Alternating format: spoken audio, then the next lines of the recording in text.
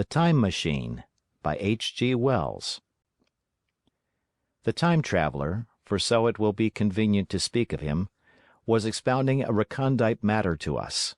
His gray eyes shone and twinkled, and his usually pale face was flushed and animated. The fire burned brightly, and the soft radiance of the incandescent lights in the lilies of silver caught the bubbles that flashed and passed in our glasses.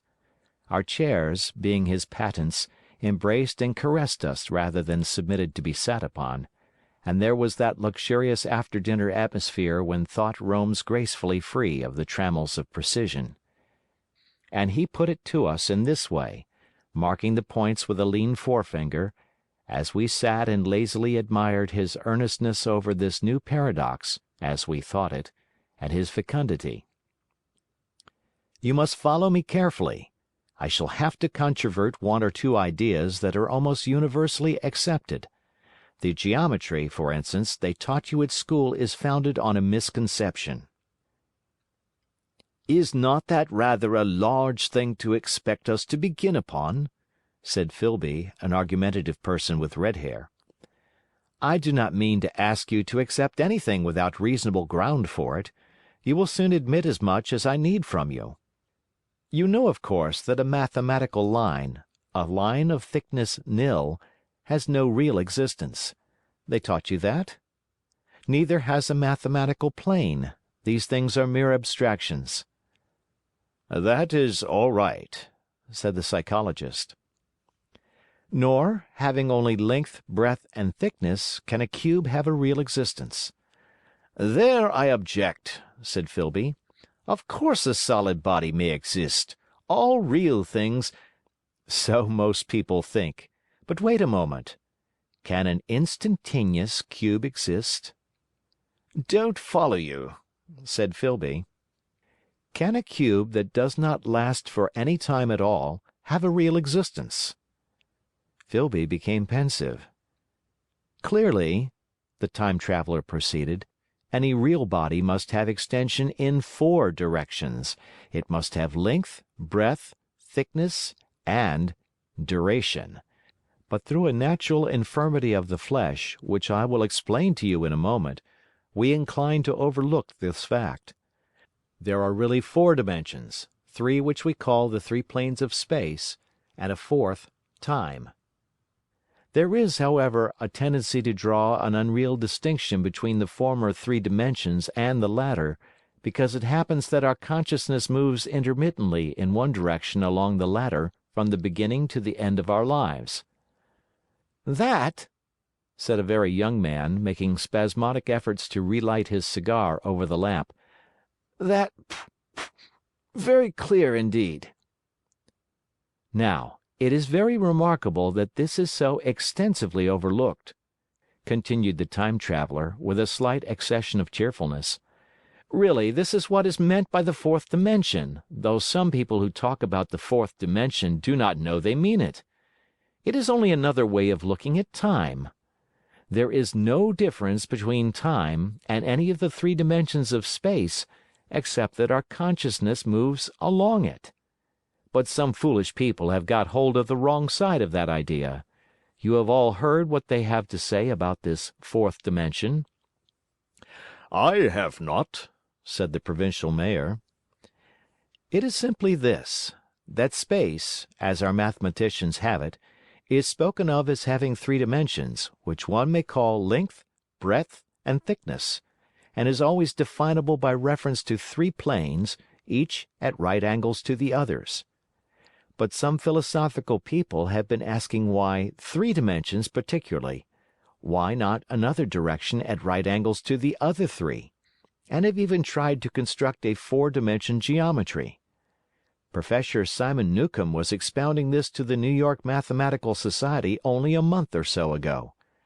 You know how on a flat surface, which has only 2 dimensions, we can represent a figure of a 3-dimensional solid, and similarly they think that by models of 3 dimensions, they could represent one of 4, if they could master the perspective of the thing. See?"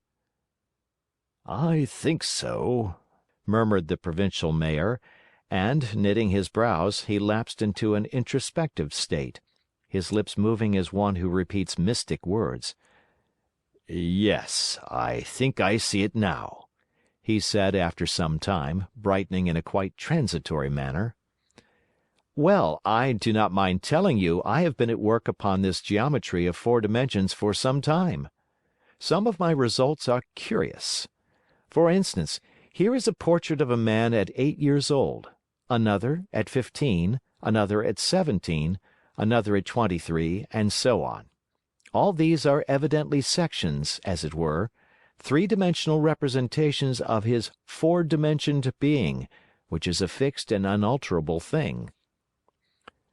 Scientific people," proceeded the Time Traveller, after the pause required for the proper assimilation of this, "know very well that time is only a kind of space. Here is a popular scientific diagram, a weather record. This line I trace with my finger shows the movement of the barometer. Yesterday it was so high.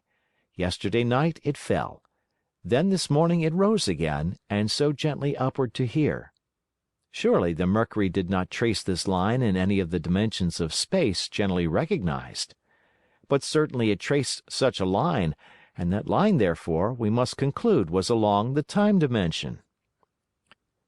"But," said the medical man, staring hard at a coal in the fire, "if time is really only a fourth dimension of space, why is it, and why has it always been, regarded as something different? And why cannot we move in time as we move about in the other dimensions of space?" The Time Traveller smiled. "Are you sure we can move freely in space? Right and left we can go, backward and forward freely enough, and men always have done so. I admit we move freely in two dimensions, but how about up and down? Gravitation limits us there." "Not exactly," said the medical man. "There are balloons." "But before the balloons, save for spasmodic jumping and the inequalities of the surface, man had no freedom of vertical movement." "Still, they could move a little up and down," said the medical man. "Easier, far easier down than up." "And you cannot move at all in time, you cannot get away from the present moment." "My dear sir, that is just where you are wrong. This is just where the whole world has gone wrong. We are always getting away from the present moment. Our mental existences, which are immaterial and have no dimensions, are passing along the time dimension with a uniform velocity from the cradle to the grave. Just as we should travel down if we began our existence 50 miles above the earth's surface." "Now, the great difficulty is this," interrupted the Psychologist. "You can move about in all directions of space, but you cannot move about in time." "That is the germ of my great discovery. But you are wrong to say that we cannot move about in time. For instance, if I am recalling an incident very vividly, I go back to the instant of its occurrence. I become absent-minded, as you say. I jump back for a moment. Of course we have no means of staying back for any length of time, any more than a savage or an animal has of staying 6 feet above the ground. But a civilized man is better off than the savage in this respect. He can go up against gravitation in a balloon, and why should he not hope that ultimately he may be able to stop or accelerate his drift along the time dimension, or even turn about and travel the other way?" "Oh, this," began Filby, "is all—" "Why not?" said the Time Traveller. "It's against reason," said Filby. "What reason?" said the Time Traveller. "You can show black is white by argument," said Filby, "but you will never convince me." "Possibly not," said the Time Traveller. "But now you begin to see the object of my investigations into the geometry of four dimensions. Long ago I had a vague inkling of a machine—" "To travel through time!" exclaimed the very young man. "That shall travel indifferently in any direction of space and time, as the driver determines." Filby contented himself with laughter. "But I have experimental verification," said the Time Traveler. "It would be remarkably convenient for the historian," the Psychologist suggested. "One might travel back and verify the accepted account of the Battle of Hastings, for instance." "Don't you think you would attract attention?" said the Medical Man. "Our ancestors had no great tolerance for anachronisms." "One might get one's Greek from the very lips of Homer and Plato," the Very Young Man thought. "In which case they would certainly plow you for the little go. The German scholars have improved Greek so much." "Then there is the future," said the Very Young Man. "Just think! One might invest all one's money, leave it to accumulate at interest, and hurry on ahead." "To discover a society," said I, "erected on a strictly communistic basis." "Of all the wild, extravagant theories!" began the Psychologist.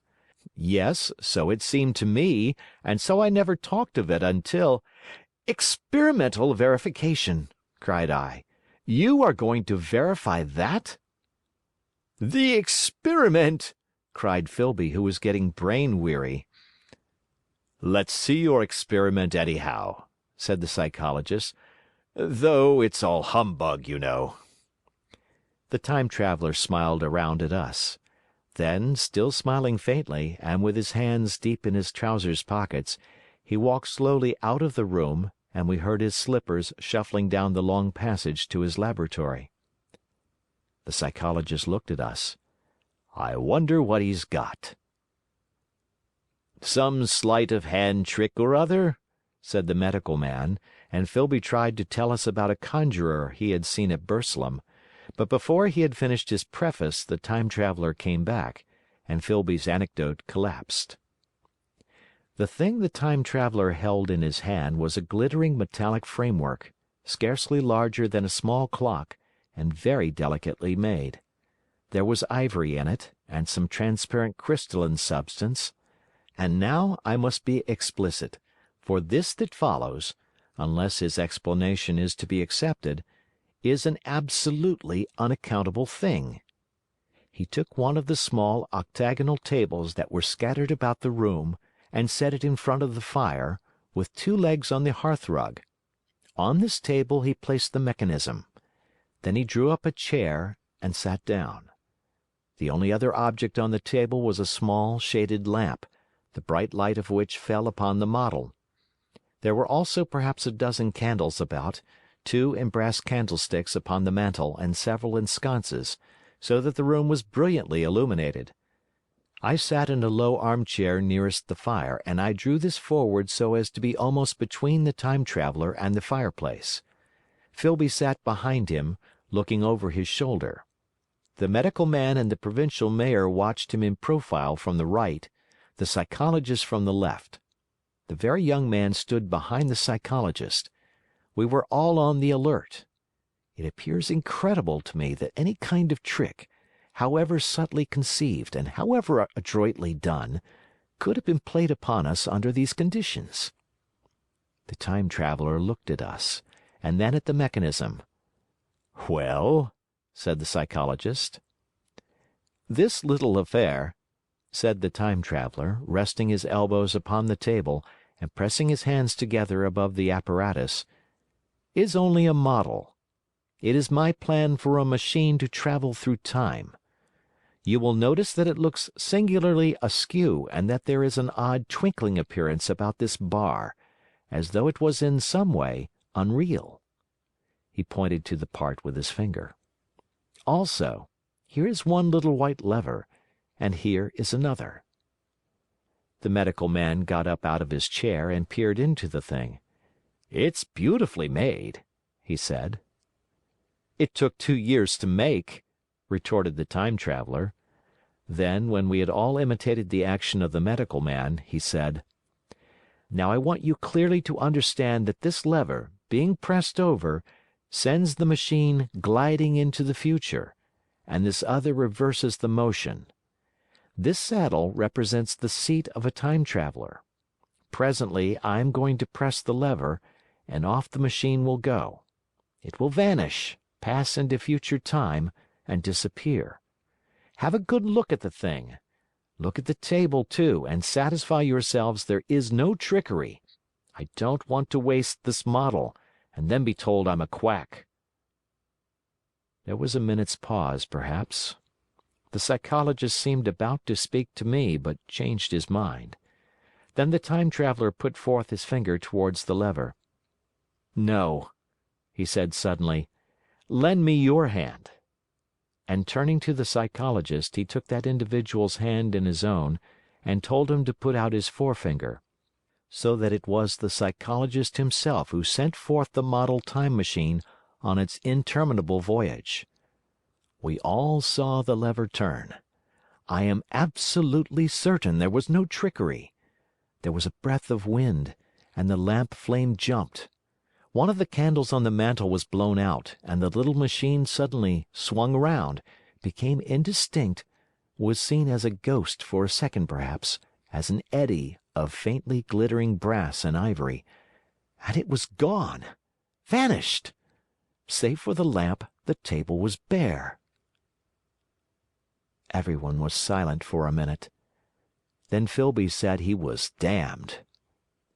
The psychologist recovered from his stupor and suddenly looked under the table. At that, the time traveler laughed cheerfully. "Well?" he said, with a reminiscence of the psychologist.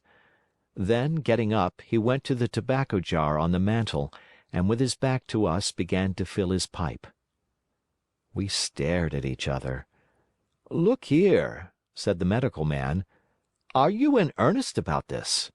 Do you seriously believe that that machine has traveled into time?" "Certainly," said the time traveler, stooping to light a spill at the fire.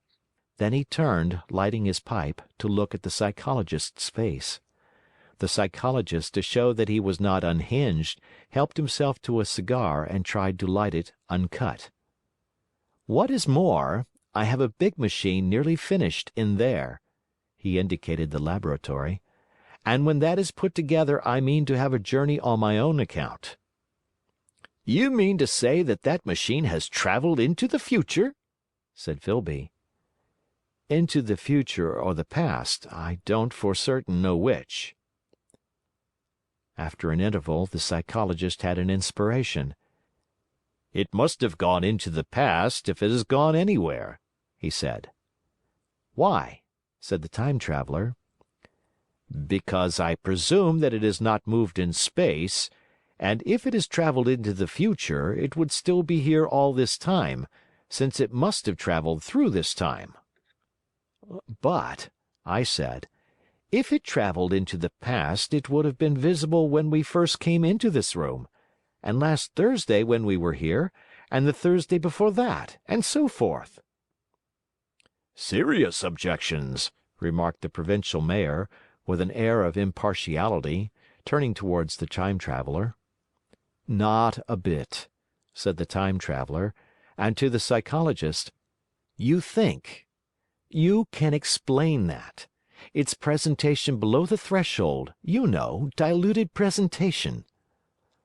"Of course," said the psychologist, and reassured us. "That's a simple point of psychology. I should have thought of it. It's plain enough, and helps the paradox delightfully. We cannot see it, nor can we appreciate this machine, any more than we can the spoke of a wheel spinning, or a bullet flying through the air.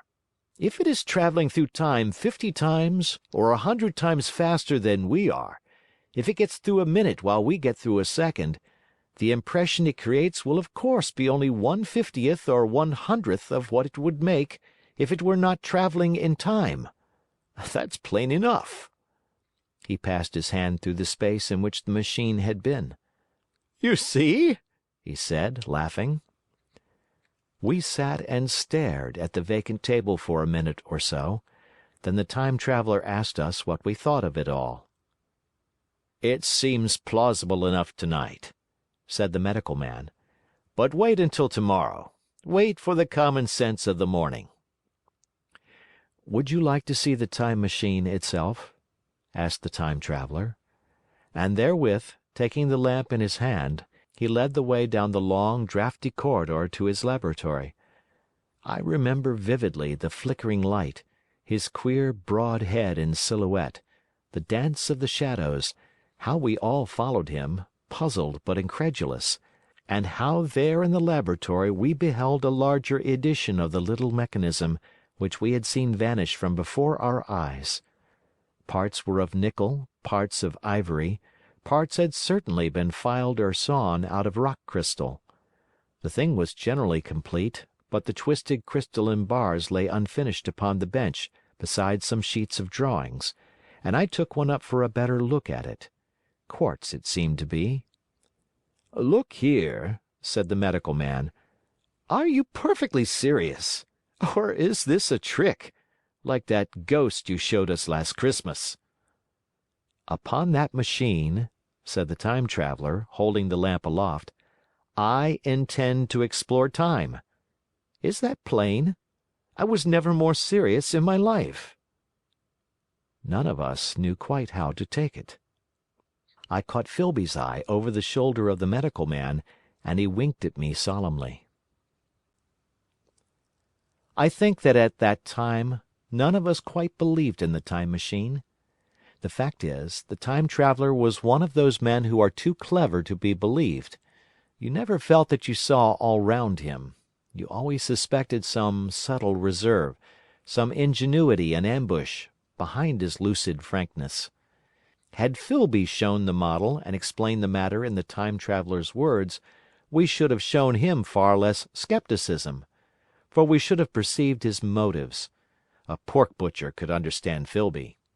But the Time Traveller had more than a touch of whim among his elements, and we distrusted him. Things that would have made the frame of a less clever man seemed tricks in his hands. It is a mistake to do things too easily. The serious people who took him seriously never felt quite sure of his deportment. They were somehow aware that trusting their reputations for judgment with him was like furnishing a nursery with eggshell china. So I don't think any of us said very much about time traveling in the interval between that Thursday and the next, though its odd potentialities ran, no doubt, in most of our minds. Its plausibility, that is, its practical incredibleness, the curious possibilities of anachronism and of utter confusion it suggested. For my own part, I was particularly preoccupied with the trick of the model. That I remember discussing with the medical man, whom I met on Friday at the Linnaean. He said he had seen a similar thing at Tübingen, and laid considerable stress on the blowing out of the candle. But how the trick was done he could not explain. The next Thursday I went again to Richmond. I suppose I was one of the Time Traveller's most constant guests, and, arriving late, found 4 or 5 men already assembled in his drawing-room. The medical man was standing before the fire with a sheet of paper in one hand and his watch in the other. I looked round for the Time Traveller, and— "It's 7:30 now," said the medical man. "I suppose we'd better have dinner?" "Where's—" said I, naming our host. "You've just come. It's rather odd. He's unavoidably detained. He asks me in this note to lead off with dinner at 7 if he's not back. Says he'll explain when he comes." "It seems a pity to let the dinner spoil," said the editor of a well-known daily paper, and thereupon the doctor rang the bell. The psychologist was the only person besides the doctor and myself who had attended the previous dinner. The other men were Blank, the editor aforementioned, a certain journalist, and another, a quiet, shy man with a beard, whom I didn't know, and who, as far as my observation went, never opened his mouth all the evening. There was some speculation at the dinner table about the Time Traveller's absence, and I suggested time travelling in a half-jocular spirit. The editor wanted that explained to him, and the psychologist volunteered a wooden account of the ingenious paradox and trick we had witnessed that day week. He was in the midst of his exposition when the door from the corridor opened slowly and without noise. I was facing the door and saw it first. "Hallo!" I said. "At last!" And the door opened wider, and the Time Traveller stood before us. I gave a cry of surprise. "Good heavens, man, what's the matter?" cried the medical man, who saw him next. And the whole tableful turned towards the door. He was in an amazing plight. His coat was dusty and dirty, and smeared with green down the sleeves, his hair disordered, and as it seemed to me, grayer, either with dust and dirt, or because its colour had actually faded. His face was ghastly pale, his chin had a brown cut on it, a cut half-healed. His expression was haggard and drawn, as by intense suffering. For a moment he hesitated in the doorway, as if he had been dazzled by the light. Then he came into the room. He walked with just such a limp as I have seen in footsore tramps. We stared at him in silence, expecting him to speak. He said not a word, but came painfully to the table, and made a motion towards the wine. The editor filled a glass of champagne and pushed it towards him. He drained it, and it seemed to do him good, for he looked round the table, and the ghost of his old smile flickered across his face. "What on earth have you been up to, man?" said the doctor. The time traveller did not seem to hear. "Don't let me disturb you," he said, with a certain faltering articulation. "I'm all right." He stopped, held out his glass for more, and took it off at a draught. "That's good," he said. His eyes grew brighter, and a faint colour came into his cheeks. His glance flickered over our faces with a certain dull approval, and then went around the warm and comfortable room. Then he spoke again, still as if it were feeling his way among his words. "I'm going to wash and dress, and then I'll come down and explain things. Save me some of that mutton. I'm starving for a bit of meat." He looked across at the editor, who was a rare visitor, and hoped he was all right. The editor began a question. "Tell you presently," said the time traveller. "I'm funny. Be all right in a minute." He put down his glass and walked towards the staircase door. Again I remarked his lameness and the soft padding sound of his footfall, and standing up in my place, I saw his feet as he went out. He had nothing on them but a pair of tattered, blood-stained socks. Then the door closed upon him. I had half a mind to follow, till I remembered how he detested any fuss about himself. For a minute, perhaps, my mind was wool-gathering. Then, "Remarkable behaviour of an eminent scientist," I heard the editor say, thinking, after his wont, in headlines, and this brought my attention back to the bright dinner table. "What's the game?" said the journalist. "Has he been doing the amateur cadger? I don't follow." I met the eye of the psychologist and read my own interpretation in his face. I thought of the time traveller limping painfully upstairs. I don't think anyone else had noticed his lameness. The first to recover completely from this surprise was the medical man, who rang the bell. The time traveller hated to have servants waiting at dinner, for a hot plate. At that the editor turned to his knife and fork with a grunt, and the silent man followed suit. The dinner was resumed. Conversation was exclamatory for a little while, with gaps of wonderment, and then the editor got fervent in his curiosity. "Does our friend eke out his modest income with a crossing? Or has he his Nebuchadnezzar phases?" he inquired. "I feel assured it's this business of the time machine," I said, and took up the psychologist's account of our previous meeting. The new guests were frankly incredulous. The editor raised objections. "What was this time travelling? A man couldn't cover himself with dust by rolling in a paradox, could he?" And then, as the idea came home to him, he resorted to caricature. Hadn't they any clothes brushes in the future? The journalists, too, would not believe at any price, and joined the editor in the easy work of heaping ridicule on the whole thing. They were both the new kind of journalist, very joyous, irreverent young men. "Our special correspondent in the day after tomorrow reports," the journalist was saying, or rather shouting, when the Time Traveller came back. He was dressed in ordinary evening clothes, and nothing save his haggard look remained of the change that had startled me. "I say," said the editor, hilariously, "these chaps here say you have been travelling into the middle of next week. Tell us all about little Rosebery, will you? What will you take for the lot?" The Time Traveller came to the place reserved for him without a word. He smiled quietly, in his old way. "Where's my mutton?" he said. "What a treat it is to stick a fork into meat again." "Story!" cried the editor. "Story be damned," said the Time Traveller. "I want something to eat. I won't say a word until I get some peptone into my arteries. Thanks. And the salt." "One word," said I. "Have you been time travelling?" "Yes," said the Time Traveller, with his mouth full, nodding his head. "I'd give a shilling a line for a verbatim note," said the editor. The Time Traveller pushed his glass towards the Silent Man and rang it with his fingernail, at which the Silent Man, who had been staring at his face, started convulsively, and poured him wine. The rest of the dinner was uncomfortable.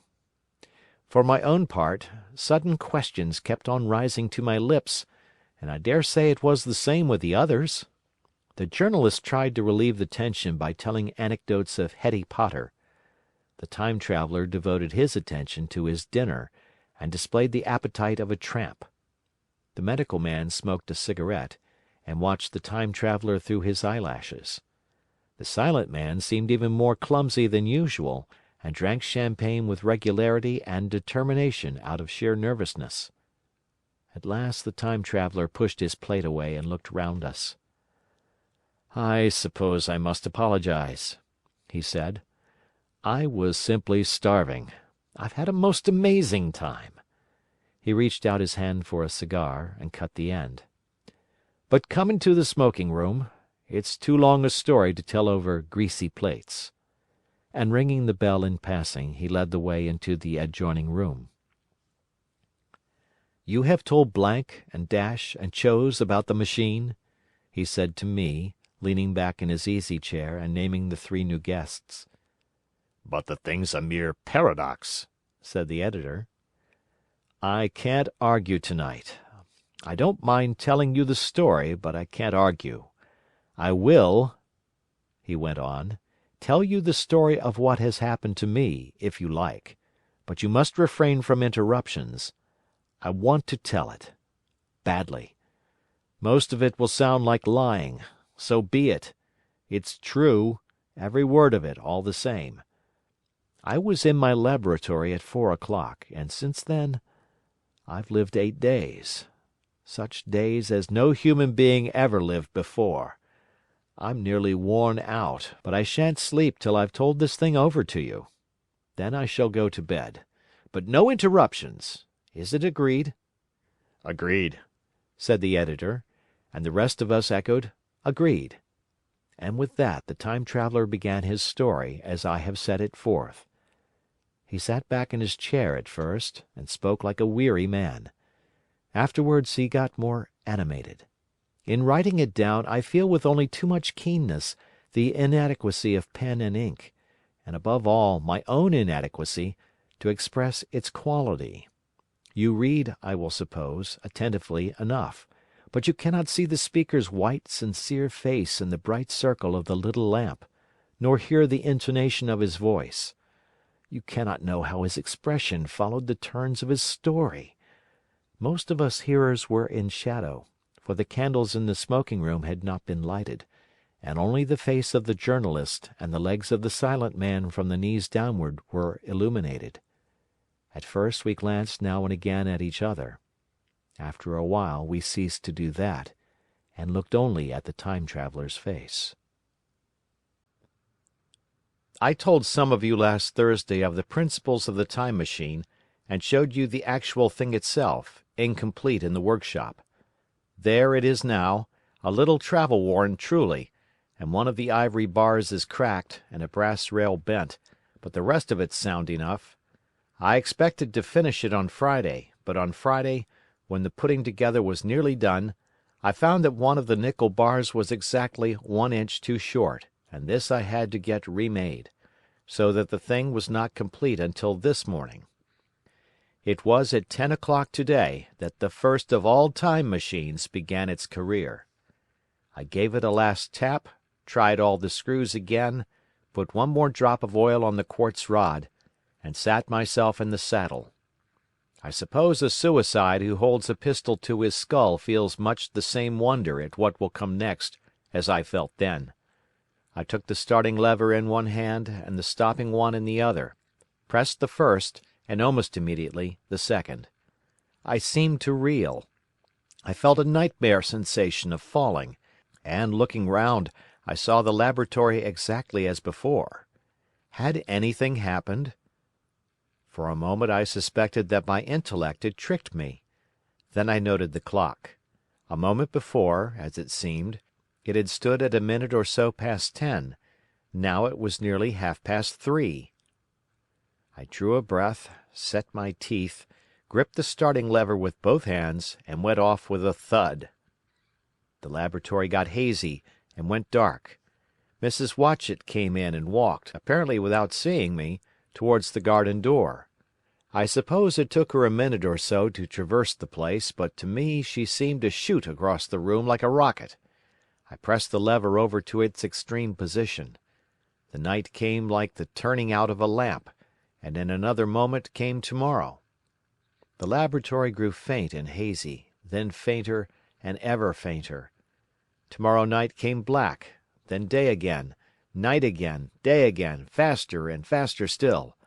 An eddying murmur filled my ears, and a strange, dumb confusedness descended on my mind. I'm afraid I cannot convey the peculiar sensations of time traveling. They are excessively unpleasant. There is a feeling exactly like that one has upon a switchback, of a helpless, headlong motion. I felt the same horrible anticipation, too, of an imminent smash. As I put on pace, night followed day like the flapping of a black wing. The dim suggestion of the laboratory seemed presently to fall away from me, and I saw the sun hopping swiftly across the sky, leaping at every minute, and every minute marking a day. I supposed the laboratory had been destroyed, and I had come into the open air. I had a dim impression of scaffolding, but I was already going too fast to be conscious of any moving things. The slowest snail that ever crawled dashed by too fast for me. The twinkling succession of darkness and light was excessively painful to the eye. Then, in the intermittent darknesses, I saw the moon spinning swiftly through her quarters from new to full, and had a faint glimpse of the circling stars. Presently, as I went on, still gaining velocity, the palpitation of night and day merged into one continuous grayness. The sky took on a wonderful deepness of blue, a splendid luminous color like that of early twilight. The jerking sun became a streak of fire, a brilliant arch in space. The moon a fainter fluctuating band, and I could see nothing of the stars, save now and then a brighter circle flickering in the blue. The landscape was misty and vague. I was still on the hillside upon which this house now stands, and the shoulder rose above me grey and dim. I saw trees growing and changing like puffs of vapour, now brown, now green. They grew, spread, shivered, and passed away. I saw huge buildings rise up faint and fair, and pass like dreams. The whole surface of the earth seemed changed, melting and flowing under my eyes. The little hands upon the dials that registered my speed raced round faster and faster. Presently I noted that the sun belt swayed up and down, from solstice to solstice, in a minute or less, and that consequently my pace was over a year a minute, and minute by minute the white snow flashed across the world and vanished, and was followed by the bright, brief green of spring. The unpleasant sensations of the start were less poignant now. They merged at last into a kind of hysterical exhilaration. I remarked indeed a clumsy swaying of the machine, for which I was unable to account.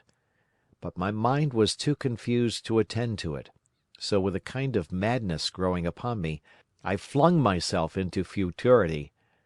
At first I scarce thought of stopping, scarce thought of anything but these new sensations. But presently a fresh series of impressions grew up in my mind, a certain curiosity and therewith a certain dread, until at last they took complete possession of me. What strange developments of humanity, what wonderful advances upon our rudimentary civilization, I thought, might not appear when I came to look nearly into the dim elusive world that raced and fluctuated before my eyes. I saw great and splendid architecture rising about me, more massive than any buildings of our own time, and yet, as it seemed, built of glimmer and mist. I saw a richer green flow up the hillside and remain there, without any wintry intermission. Even through the veil of my confusion the earth seemed very fair, and so my mind came round to the business of stopping. The peculiar risk lay in the possibility of my finding some substance in the space which I, or the machine, occupied. So long as I travelled at a high velocity through time, this scarcely mattered. I was, so to speak, attenuated, was slipping like a vapour through the interstices of intervening substances. But to come to a stop involved the jamming of myself, molecule by molecule, into whatever lay in my way, meant bringing my atoms into such intimate contact with those of the obstacle that a profound chemical reaction, possibly a far-reaching explosion, would result, and blow myself and my apparatus out of all possible dimensions, into the unknown. This possibility had occurred to me again and again while I was making the machine, but then I had cheerfully accepted it as an unavoidable risk, one of the risks a man has got to take. Now the risk was inevitable, I no longer saw it in the same cheerful light. The fact is that, insensibly, the absolute strangeness of everything, the sickly jarring and swaying of the machine, above all, the feeling of prolonged falling, had absolutely upset my nerve. I told myself that I could never stop, and with a gust of petulance I resolved to stop forthwith. Like an impatient fool I lugged over the lever, and incontinently the thing went reeling over, and I was flung headlong through the air. There was the sound of a clap of thunder in my ears. I may have been stunned for a moment. A pitiless hail was hissing round me, and I was sitting on soft turf in front of the overset machine. Everything still seemed grey, but presently I remarked that the confusion in my ears was gone. I looked round me. I was on what seemed to be a little lawn in a garden, surrounded by rhododendron bushes, and I noticed that their mauve and purple blossoms were dropping in a shower under the beating of the hailstones. The rebounding, dancing hail hung in a cloud over the machine and drove along the ground like smoke. In a moment I was wet to the skin. "Fine hospitality," said I, "to a man who has travelled innumerable years to see you." Presently I thought what a fool I was to get wet. I stood up and looked round me. A colossal figure, carved apparently in some white stone, loomed indistinctly beyond the rhododendrons through the hazy downpour, but all else of the world was invisible.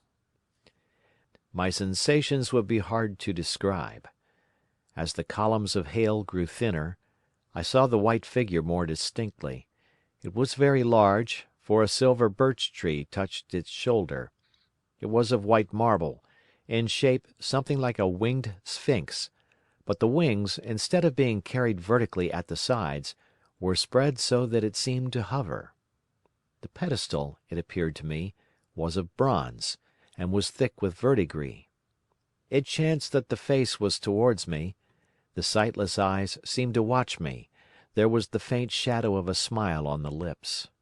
It was greatly weather-worn, and that imparted an unpleasant suggestion of disease. I stood looking at it for a little space, half a minute perhaps, or half an hour.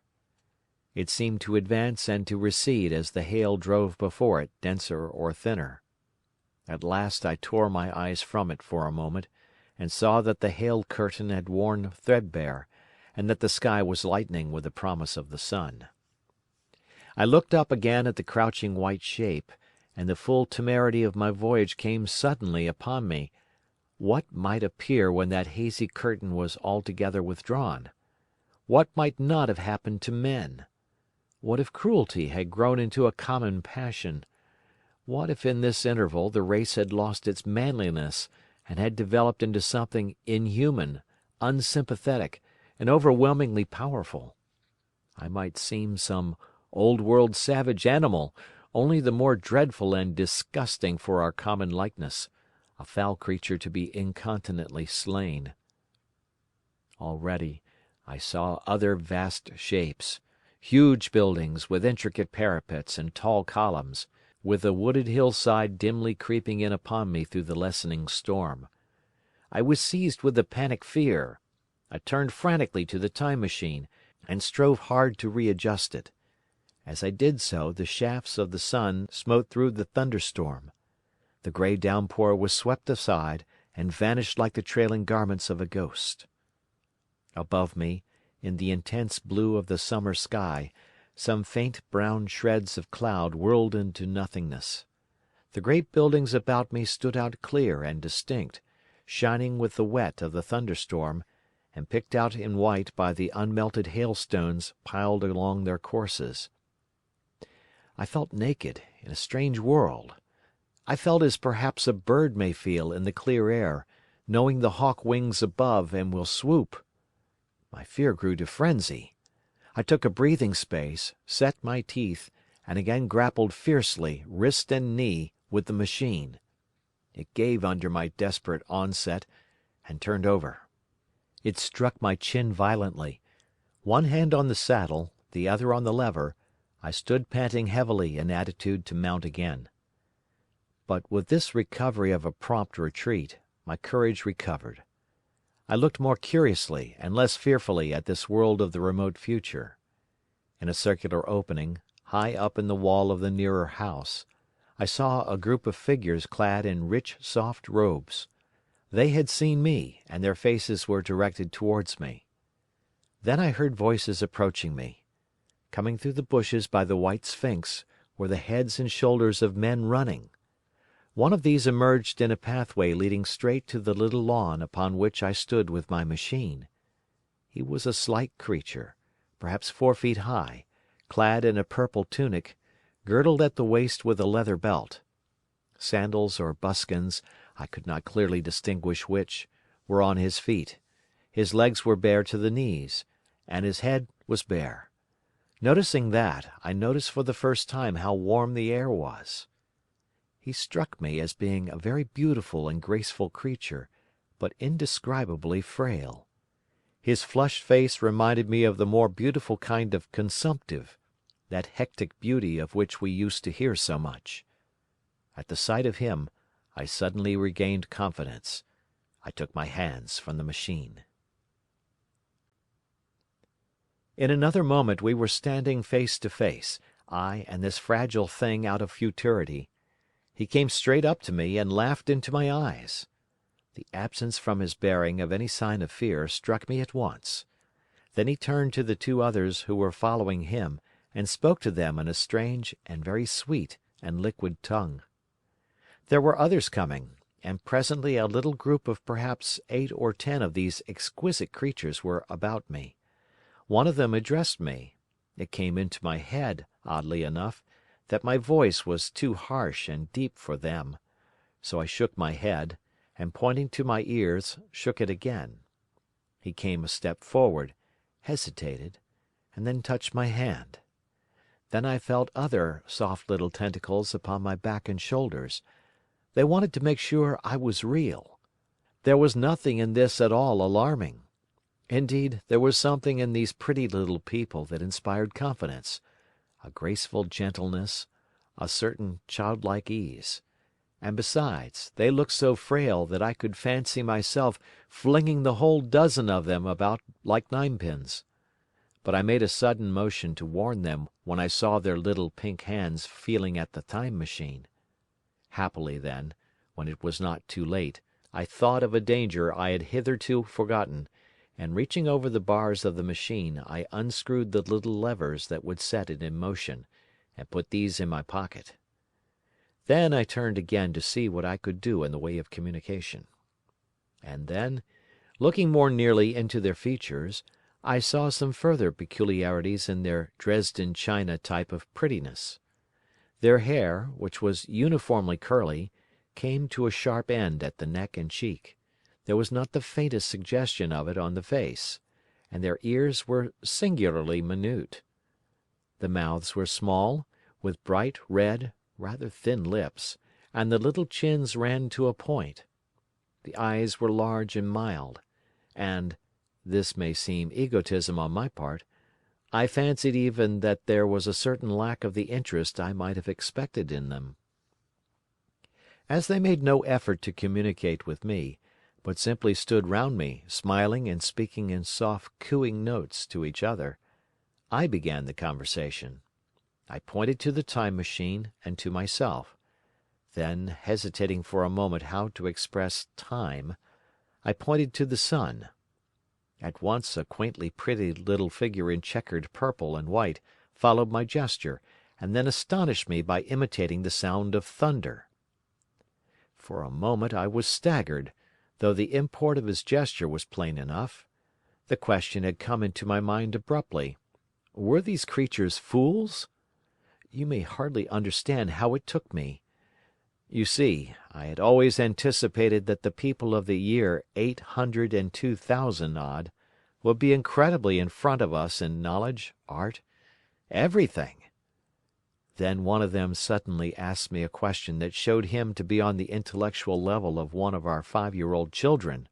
Asked me, in fact, if I had come from the sun in a thunderstorm. It let loose the judgment I had suspended upon their clothes, their frail light limbs and fragile features. A flow of disappointment rushed across my mind. For a moment I felt that I had built the Time Machine in vain. I nodded, pointed to the sun, and gave them such a vivid rendering of a thunderclap as startled them. They all withdrew a pace or so and bowed. Then came one laughing towards me, carrying a chain of beautiful flowers altogether new to me, and put it about my neck. The idea was received with melodious applause, and presently they were all running to and fro for flowers, and laughingly flinging them upon me until I was almost smothered with blossom. You who have never seen the like can scarcely imagine what delicate and wonderful flowers countless years of culture had created. Then someone suggested that their playthings should be exhibited in the nearest building, and so I was led past the Sphinx of white marble, which had seemed to watch me all the while with a smile at my astonishment, towards a vast grey edifice of fretted stone. As I went with them, the memory of my confident anticipations of a profoundly grave and intellectual posterity came with irresistible merriment to my mind. The building had a huge entry, and was altogether of colossal dimensions. I was naturally most occupied with the growing crowd of little people, and with the big open portals that yawned before me shadowy and mysterious. My general impression of the world I saw over their heads was a tangled waste of beautiful bushes and flowers, a long neglected and yet weedless garden. I saw a number of tall spikes of strange white flowers, measuring a foot perhaps across the spread of the waxen petals. They grew scattered, as if wild, among the variegated shrubs, but, as I say, I did not examine them closely at this time. The Time Machine was left deserted on the turf among the rhododendrons. The arch of the doorway was richly carved, but naturally I did not observe the carving very narrowly, though I fancied I saw suggestions of old Phoenician decorations as I passed through, and it struck me that they were very badly broken and weather-worn. Several more brightly clad people met me in the doorway, and so we entered, I, dressed in dingy 19th-century garments, looking grotesque enough, garlanded with flowers, and surrounded by an edifying mass of bright, soft-coloured robes and shining white limbs, in the melodious whirl of laughter and laughing speech. big doorway opened into a proportionately great hall hung with brown. The roof was in shadow, and the windows, partially glazed with colored glass and partially unglazed, admitted a tempered light. The floor was made up of huge blocks of some very hard white metal, not plates nor slabs, blocks, and it was so much worn, as I judged from the going to and fro of past generations, as to be deeply channeled along the more frequented ways. Transverse to the length were innumerable tables made of slabs of polished stone, raised perhaps a foot from the floor, and upon these were heaps of fruits. Some I recognized as a kind of hypertrophied raspberry and orange, but for the most part they were strange. Between the tables was scattered a great number of cushions.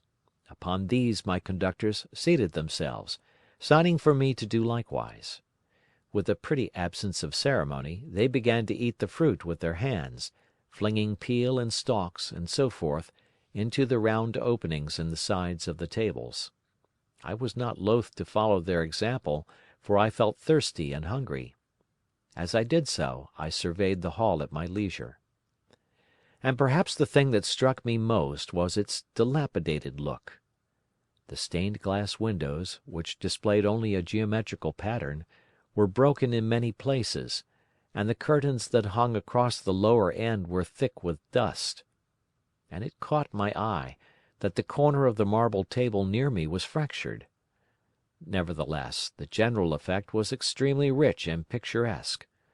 There were perhaps a couple of hundred people dining in the hall, and most of them, seated as near to me as they could come, were watching me with interest, their little eyes shining over the fruit they were eating. All were clad in the same soft and yet strong silky material. Fruit, by the by, was all their diet.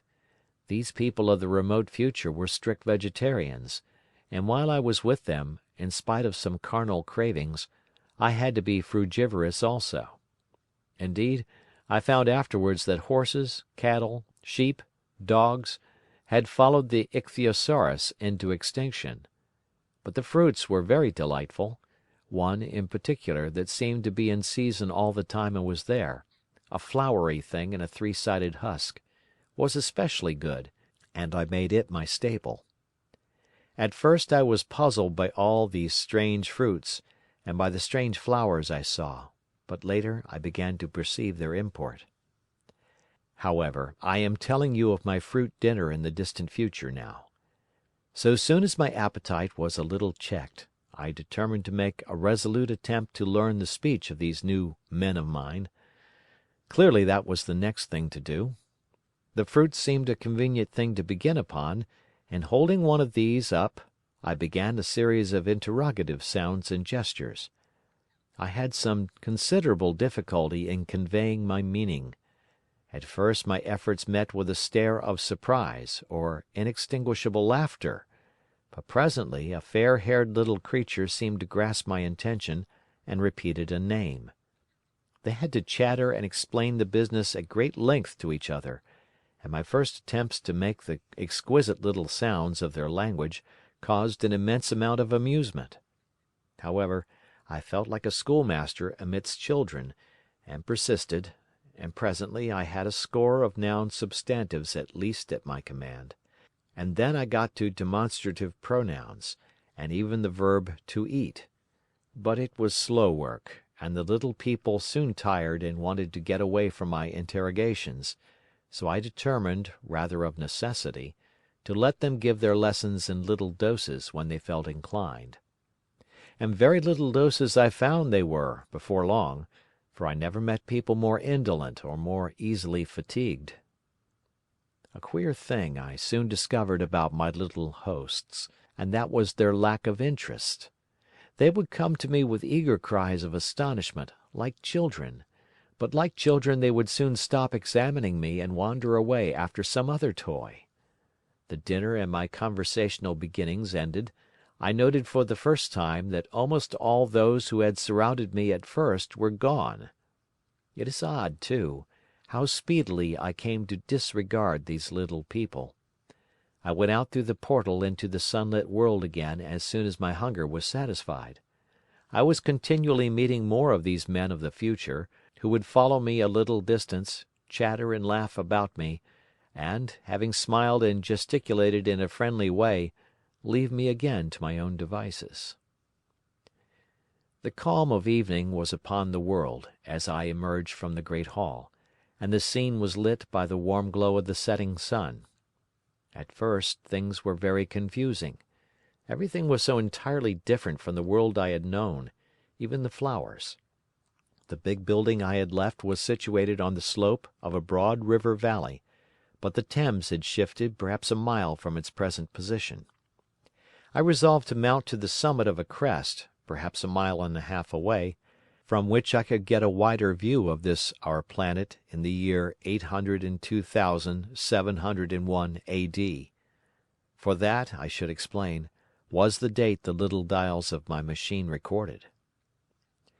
As I walked I was watching for every impression that could possibly help to explain the condition of ruinous splendor in which I found the world, for ruinous it was. A little way up the hill, for instance, was a great heap of granite, bound together by masses of aluminium, a vast labyrinth of precipitous walls and crumpled heaps, amidst which were thick heaps of very beautiful pagoda-like plants, nettles possibly, but wonderfully tinted with brown about the leaves, and incapable of stinging. It was evidently the derelict remains of some vast structure, to what end built I could not determine. It was here that I was destined, at a later date, to have a very strange experience, the first intimation of a still stranger discovery, but of that I will speak in its proper place. Looking round with a sudden thought, from a terrace on which I rested for a while, I realized that there were no small houses to be seen. Apparently the single house, and possibly even the household, had vanished. Here and there among the greenery were palace-like buildings, but the house and the cottage, which form such characteristic features of our own English landscape, had disappeared. Communism, said I to myself. And on the heels of that came another thought. I looked at the half-dozen little figures that were following me. Then, in a flash, I perceived that all had the same form of costume, the same soft hairless visage, and the same girlish rotundity of limb. It may seem strange, perhaps, that I had not noticed this before. But everything was so strange. Now, I saw the fact plainly enough. In costume, and in all the differences of texture and bearing that now mark off the sexes from each other, these people of the future were alike, and the children seemed to my eyes to be but the miniatures of their parents. I judged then that the children of that time were extremely precocious, physically at least, and I found afterwards abundant verification of my opinion. Seeing the ease and security in which these people were living, I felt that this close resemblance of the sexes was after all what one would expect, for the strength of a man and the softness of a woman, the institution of the family, and the differentiation of occupations are mere militant necessities of an age of physical force. Where population is balanced and abundant, much childbearing becomes an evil rather than a blessing to the state. Where violence comes but rarely and offspring are secure, there is less necessity. Indeed, there is no necessity for an efficient family, and the specialization of the sexes with reference to their children's needs disappears. We see some beginnings of this even in our own time, and in this future age it was complete. This, I must remind you, was my speculation at the time. Later, I was to appreciate how far it fell short of the reality. While I was musing upon these things, my attention was attracted by a pretty little structure, like a well under a cupola. I thought in a transitory way of the oddness of wells still existing, and then resumed the thread of my speculations. There were no large buildings towards the top of the hill, and as my walking powers were evidently miraculous, I was presently left alone for the first time. With a strange sense of freedom and adventure I pushed on up to the crest. There I found a seat of some yellow metal that I did not recognize, corroded in places with a kind of pinkish rust, and half smothered in soft moss, the arm rests cast and filed into the resemblance of griffins' heads. I sat down on it, and I surveyed the broad view of our old world under the sunset of that long day. It was as sweet and fair a view as I have ever seen. The sun had already gone below the horizon, and the west was flaming gold, touched with some horizontal bars of purple and crimson. Below was the valley of the Thames, in which the river lay like a band of burnished steel. I have already spoken of the great palaces dotted about among the variegated greenery, some in ruins and some still occupied. Here and there rose a white or silvery figure in the waste garden of the earth, here and there came the sharp vertical line of some cupola or obelisk. There were no hedges, no signs of proprietary rights, no evidences of agriculture. The whole earth had become a garden.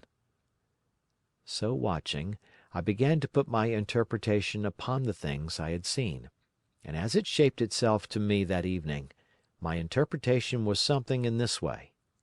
Afterwards, I found I had got only a half-truth, or only a glimpse of one facet of the truth.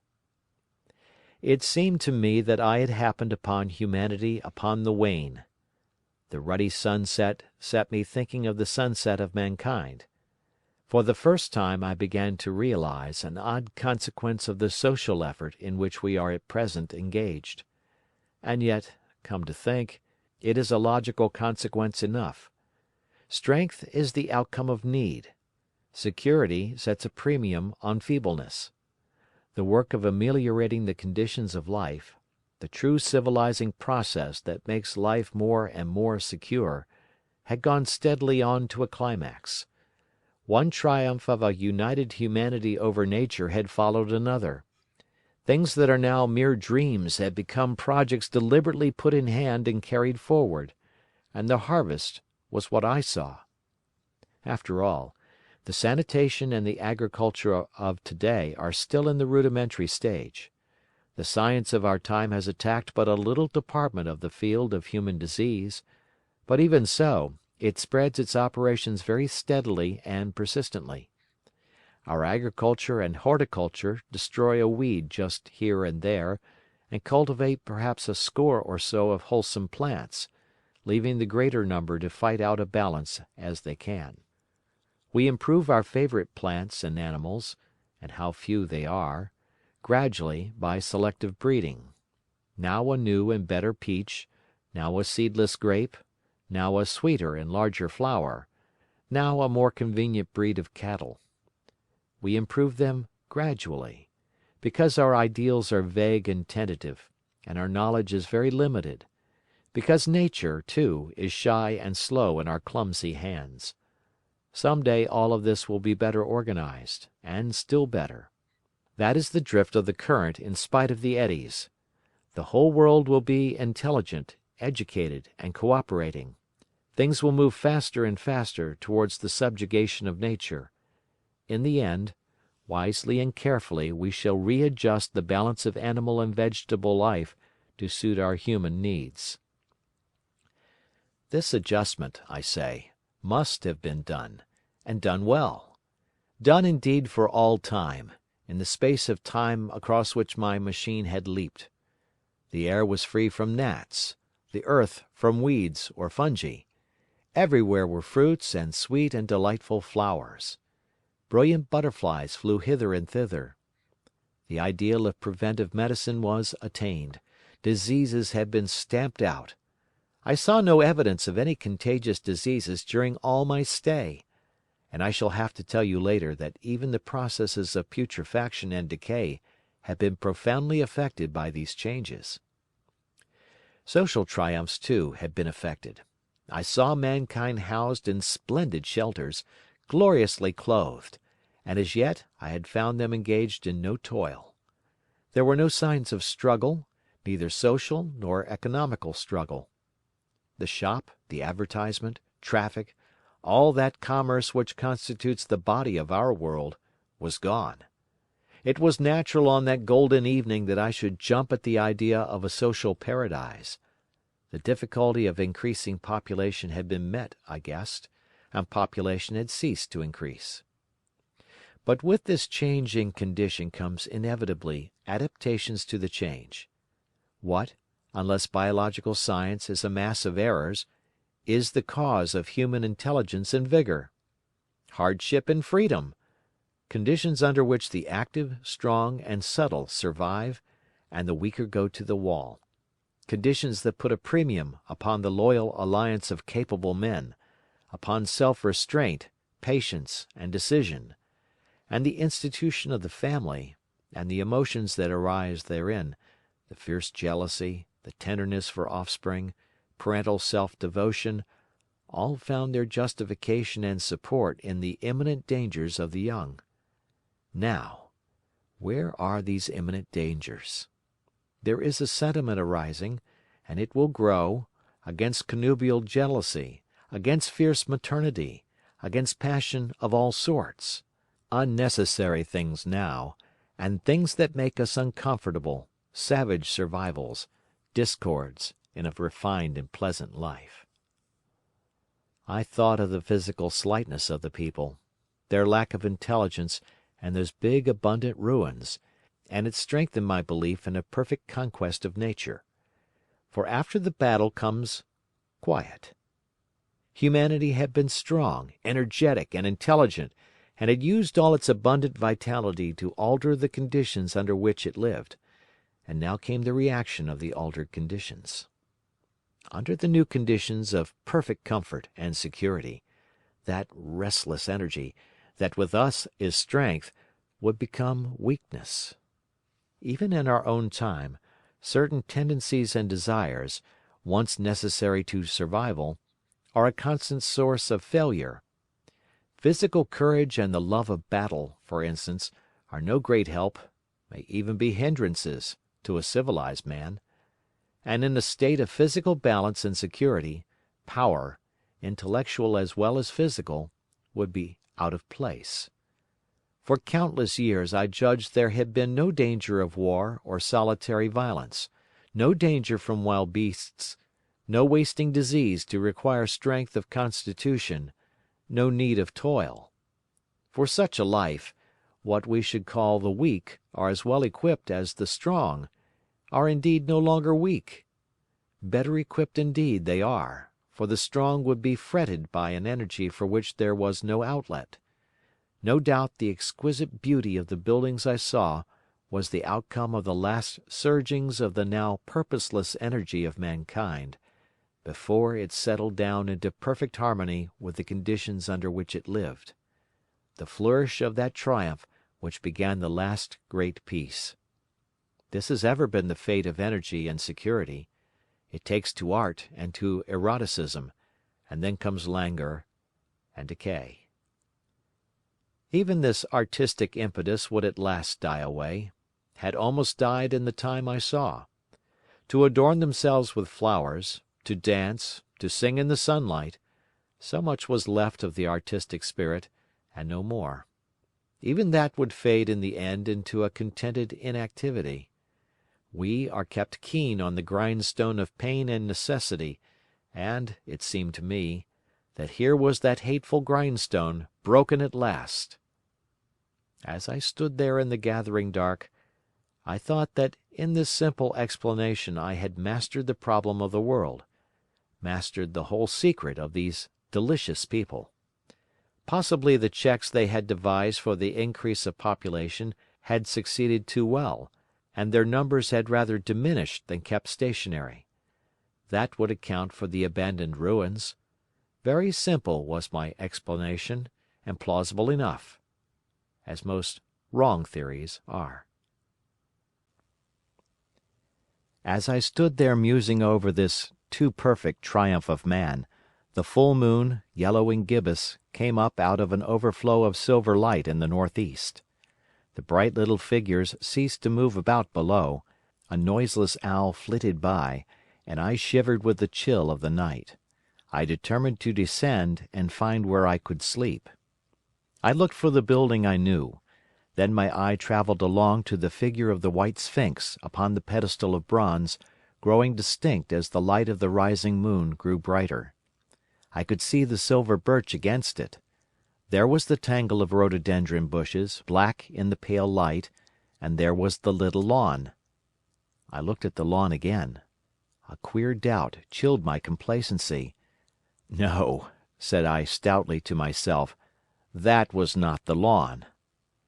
But it was the lawn, for the white leprous face of the sphinx was towards it.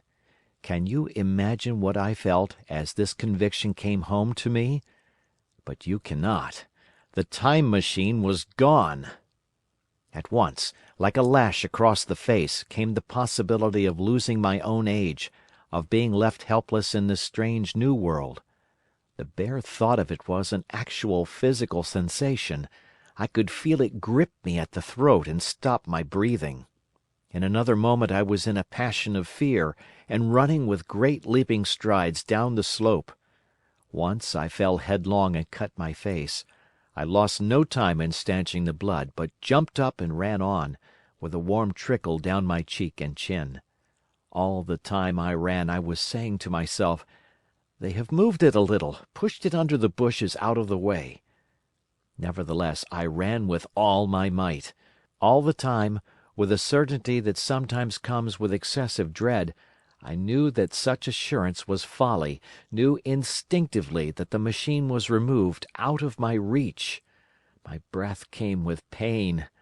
I suppose I covered the whole distance from the hill crest to the little lawn, 2 miles perhaps, in 10 minutes. And I am not a young man.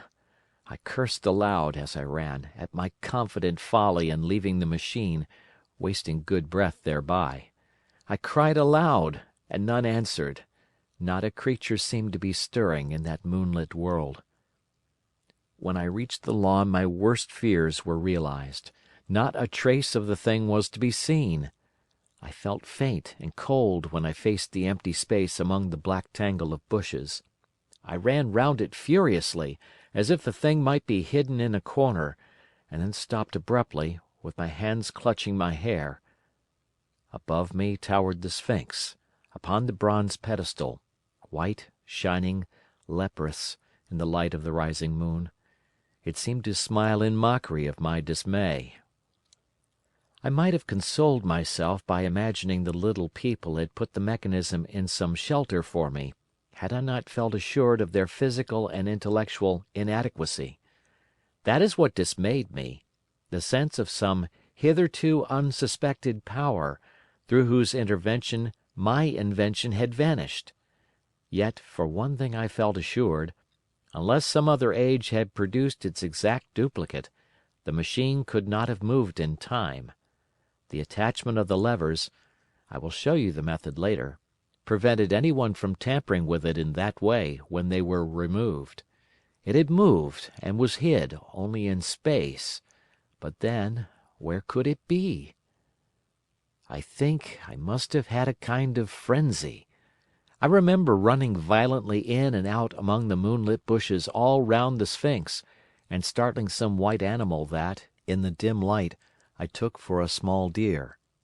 I remember, too, late that night, beating the bushes with my clenched fist until my knuckles were gashed and bleeding from the broken twigs. Then, sobbing and raving in my anguish of mind, I went down to the great building of stone. The big hall was dark, silent, and deserted. I slipped on the uneven floor, and fell over one of the malachite tables, almost breaking my shin. I lit a match and went on past the dusty curtains, of which I have told you. There I found a second great hall covered with cushions, upon which, perhaps, a score or so of the little people were sleeping. I have no doubt they found my second appearance strange enough, coming suddenly out of the quiet darkness with inarticulate noises and the splutter and flare of a match. For they had forgotten about matches. "Where is my time machine?" I began, bawling like an angry child, laying hands upon them and shaking them up together. It must have been very queer to them. Some laughed. Some of them looked sorely frightened. When I saw them standing round me, it came into my head that I was doing as foolish a thing as it was possible for me to do under the circumstances, in trying to revive the sensation of fear. For, reasoning from their daylight behavior, I thought that fear must be forgotten. Abruptly, I dashed down the match, and knocking one of the people over in my course, went blundering across the big dining hall again, out under the moonlight. I heard cries of terror and their little feet running and stumbling this way and that. I do not remember all I did as the moon crept up the sky. I suppose it was the unexpected nature of my loss that maddened me. I felt hopelessly cut off from my own kind, a strange animal in an unknown world. I must have raved to and fro, screaming and crying upon God and fate. I have a memory of horrible fatigue, as the long night of despair wore away, of looking in this impossible place and that, of groping among moonlit ruins and touching strange creatures in the black shadows, at last of lying on the ground near the Sphinx and weeping with absolute wretchedness. I had nothing left but misery. Then I slept, and when I woke again it was full day, and a couple of sparrows were hopping round me on the turf within reach of my arm. I sat up in the freshness of the morning, trying to remember how I had got there, and why I had such a profound sense of desertion and despair. Then things came clear in my mind. With the plain, reasonable daylight, I could look my circumstances fairly in the face. I saw the wild folly of my frenzy overnight, and I could reason with myself. Suppose the worst, I said. Suppose the machine altogether lost, perhaps destroyed? It behooves me to be calm and patient, to learn the way of the people, to get a clear idea of the method of my loss, and the means of getting materials and tools, so that in the end, perhaps, I may make another. That would be my only hope, perhaps, but better than despair. And, after all, it was a beautiful and curious world. But probably the machine had only been taken away. Still, I must be calm and patient, find its hiding place, and recover it by force or cunning. And with that I scrambled to my feet and looked about me, wondering where I could bathe. I felt weary, stiff, and travel-soiled. The freshness of the morning made me desire an equal freshness. I had exhausted my emotion. Indeed, as I went about my business, I found myself wondering at my intense excitement overnight. I made a careful examination of the ground about the little lawn. I wasted some time in futile questionings, conveyed, as well as I was able, to such of the little people as came by. They all failed to understand my gestures. Some were simply stolid, some thought it was a jest and laughed at me. I had the hardest task in the world to keep my hands off their pretty laughing faces. It was a foolish impulse, but the devil begotten of fear and blind anger was ill-curbed and still eager to take advantage of my perplexity. The turf gave me better counsel. I found a groove ripped in it, about midway between the pedestal of the Sphinx and the marks of my feet, where, on arrival, I had struggled with the overturned machine. There were other signs of removal about, with queer narrow footprints like those I could imagine made by a sloth. This directed my closer attention to the pedestal. It was, as I think I have said, of bronze. It was not a mere block, but highly decorated with deep framed panels on either side. I went and rapped at these. The pedestal was hollow. Examining the panels with care, I found them discontinuous with the frames. There were no handles or keyholes, but possibly the panels, if they were doors, as I supposed, opened from within. One thing was clear enough to my mind. It took no very great mental effort to infer that my time machine was inside that pedestal. But how it got there was a different problem. I saw the heads of two orange-clad people coming through the bushes and under some blossom-covered apple trees towards me. I turned smiling to them and beckoned them to me. They came, and then, pointing to the bronze pedestal, I tried to intimate my wish to open it. But at my first gesture towards this they behaved very oddly. I don't know how to convey their expression to you. Suppose you were to use a grossly improper gesture to a delicate-minded woman. It is how she would look. They went off as if they had received the last possible insult. I tried a sweet-looking little chap in white next, with exactly the same result. Somehow his manner made me feel ashamed of myself. But, as you know, I wanted the time machine, and I tried him once more. As he turned off, like the others, my temper got the better of me.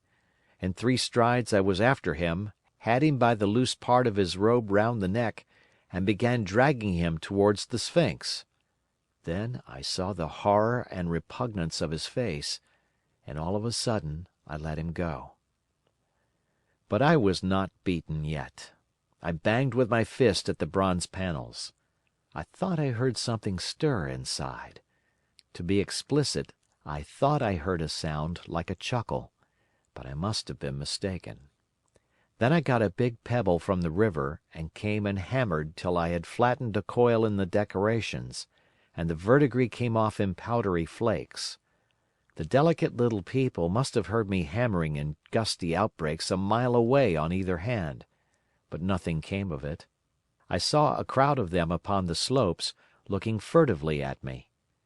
At last, hot and tired, I sat down to watch the place. But I was too restless to watch long. I am too occidental for a long vigil.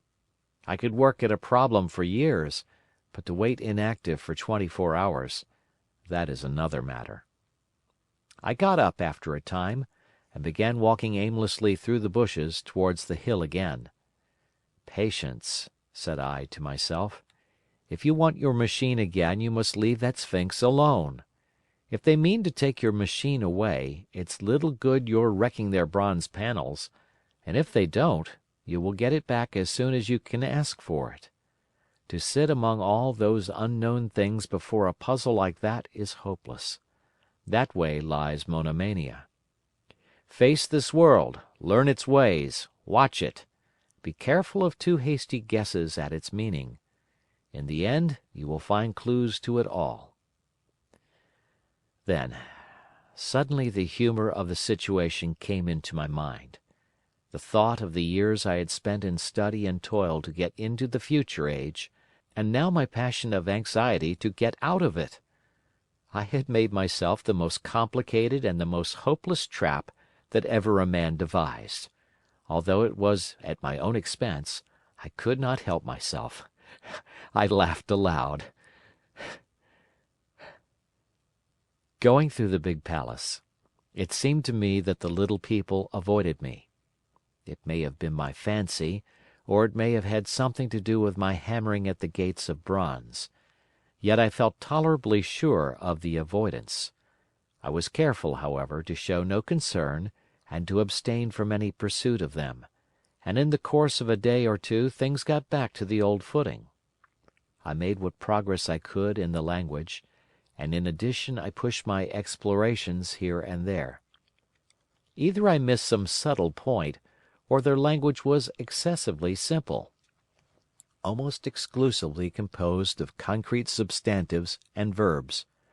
There seemed to be few, if any, abstract terms, or little use of figurative language. Their sentences were usually simple and of 2 words, and I failed to convey or understand any but the simplest propositions. I determined to put the thought of my time machine and the mystery of the bronze doors under the Sphinx as much as possible in a corner of memory, until my growing knowledge would lead me back to them in a natural way. Yet a certain feeling, you may understand, tethered me in a circle of a few miles round the point of my arrival. So far as I could see, all the world displayed the same exuberant richness as the Thames Valley. From every hill I climbed I saw the same abundance of splendid buildings, endlessly varied in material and style, The same clustering thickets of evergreens, the same blossom-laden trees and tree ferns. Here and there water shone like silver, and beyond, the land rose into blue undulating hills, and so faded into the serenity of the sky. A peculiar feature, which presently attracted my attention, was the presence of certain circular wells, several, as it seemed to me, of a very great depth. One lay by the path up the hill, which I had followed during my first walk. Like the others, it was rimmed with bronze, curiously wrought and protected by a little cupola from the rain. Sitting by the side of these wells, and peering down into the shafted darkness, I could see no gleam of water, nor could I start any reflection with a lighted match. But in all of them I heard a certain sound, a thud, thud, thud, like the beating of some big engine, and I discovered, from the flaring of my matches, that a steady current of air set down the shafts. Further, I threw a scrap of paper into the throat of one, and, instead of fluttering slowly down, it was at once sucked swiftly out of sight. After a time, too, I came to connect these wells with tall towers standing here and there upon the slopes, for above them there was often just such a flicker in the air as one sees on a hot day above a sun-scorched beach. Putting things together, I reached a strong suggestion of an extensive system of subterranean ventilation, whose true import it was difficult to imagine.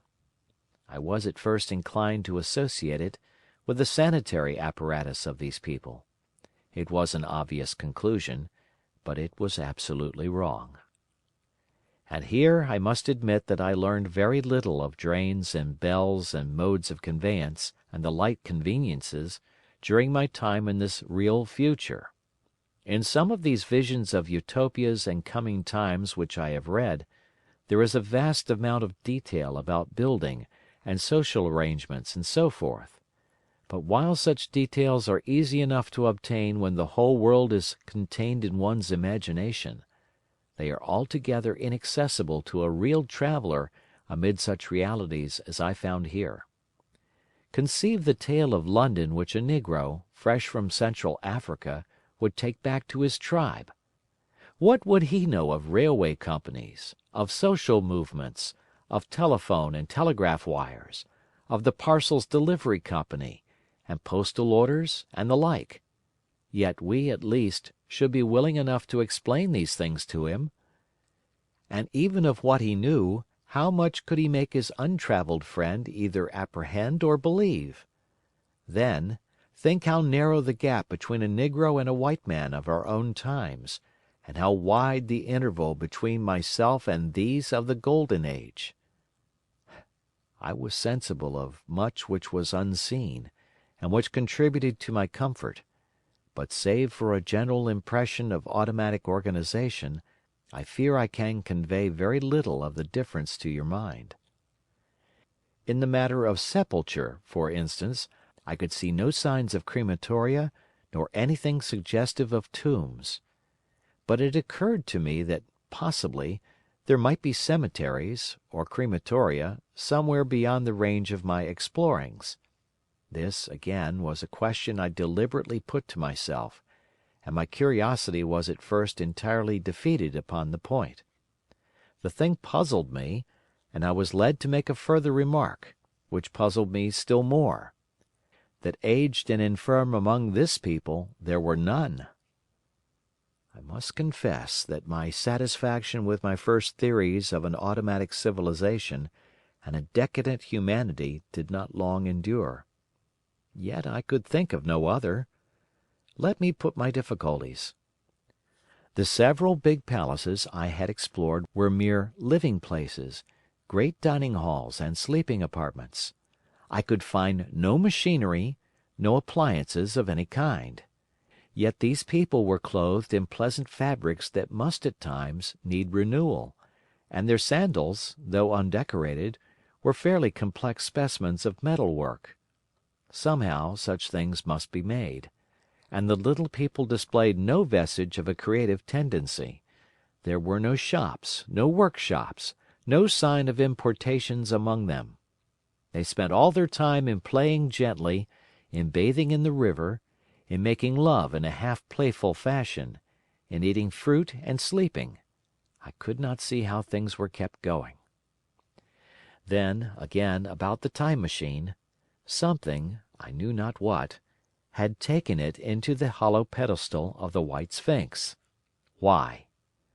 For the life of me I could not imagine. Those waterless wells, too, those flickering pillars. I felt I lacked a clue. I felt—how shall I put it?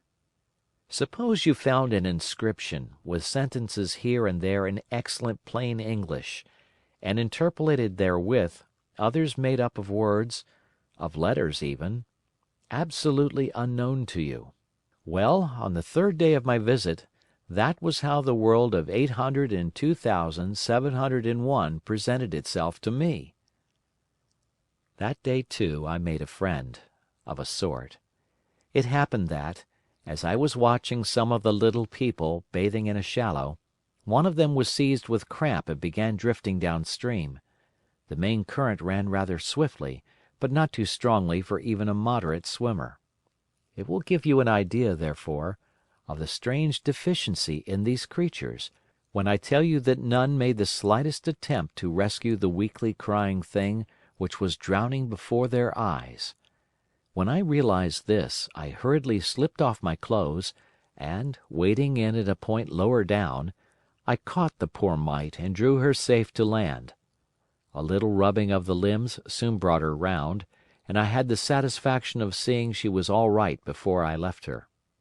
I had got to such a low estimate of her kind that I did not expect any gratitude from her. In that, however, I was wrong. This happened in the morning.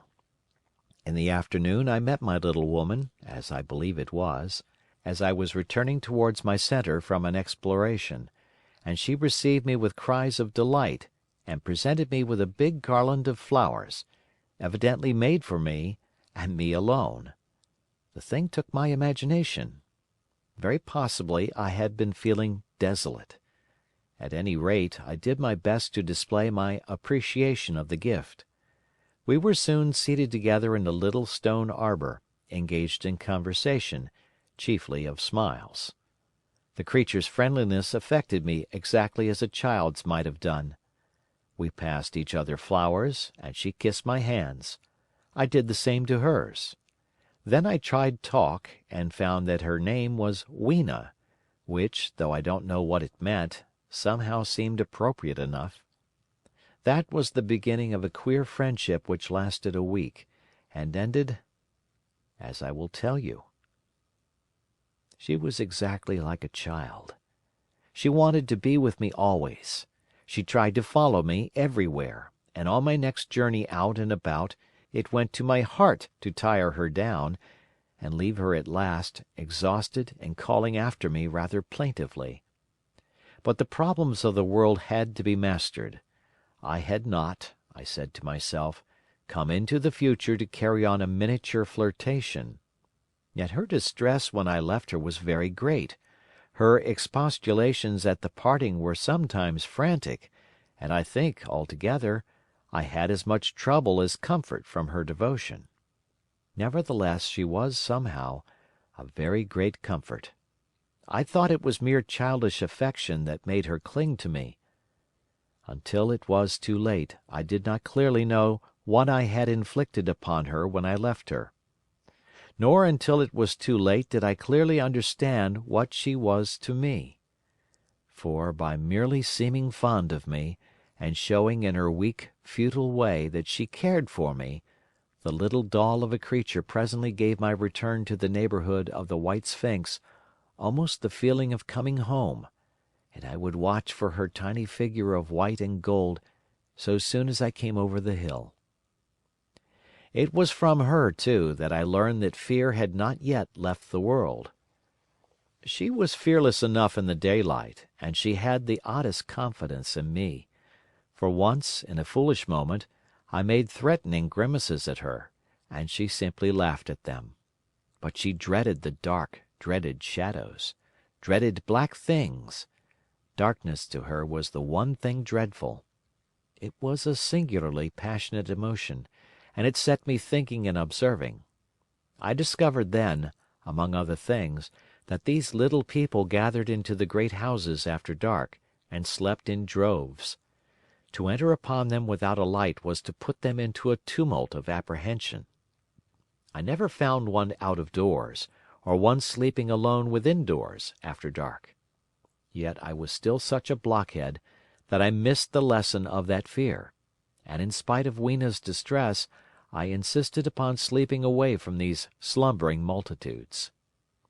It troubled her greatly, but in the end her odd affection for me triumphed, and for 5 of the nights of our acquaintance, including the last night of all, she slept with her head pillowed on my arm. But my story slips away from me as I speak of her. It must have been the night before her rescue that I was awakened about dawn. I had been restless, dreaming most disagreeably that I was drowned, and that sea anemones were feeling over my face with their soft palps. I woke with a start, and with an odd fancy that some greyish animal had just rushed out of the chamber. I tried to get to sleep again, but I felt restless and uncomfortable.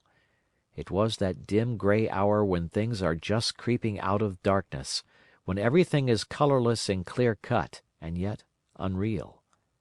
I got up and went down into the great hall, and so out upon the flagstones in front of the palace. I thought I would make a virtue of necessity and see the sunrise. The moon was setting, and the dying moonlight and the first pallor of dawn were mingled in a ghastly half-light. The bushes were inky black, the ground a sombre grey, the sky colourless and cheerless. And up the hill I thought I could see ghosts. There several times, as I scanned the slope, I saw white figures. Twice I fancied I saw a solitary white, ape-like creature running rather quickly up the hill, and once near the ruins I saw a leash of them carrying some dark body. They moved hastily. I did not see what became of them. It seemed that they vanished among the bushes. The dawn was still indistinct, you must understand. I was feeling that chill, uncertain, early morning feeling you may have known. I doubted my eyes. As the eastern sky grew brighter, and the light of the day came on and its vivid colouring returned upon the world once more, I scanned the view keenly. But I saw no vestige of my white figures. They were mere creatures of the half-light. They must have been ghosts, I said. I wonder whence they dated. For a queer notion of Grant Allen's came into my head and amused me. If each generation die and leave ghosts, he argued, the world at last will get overcrowded with them. On that theory they would have grown innumerable some 800,000 years hence, and it was no great wonder to see 4 at once. But the jest was unsatisfying, and I was thinking of these figures all the morning, until Weena's rescue drove them out of my head.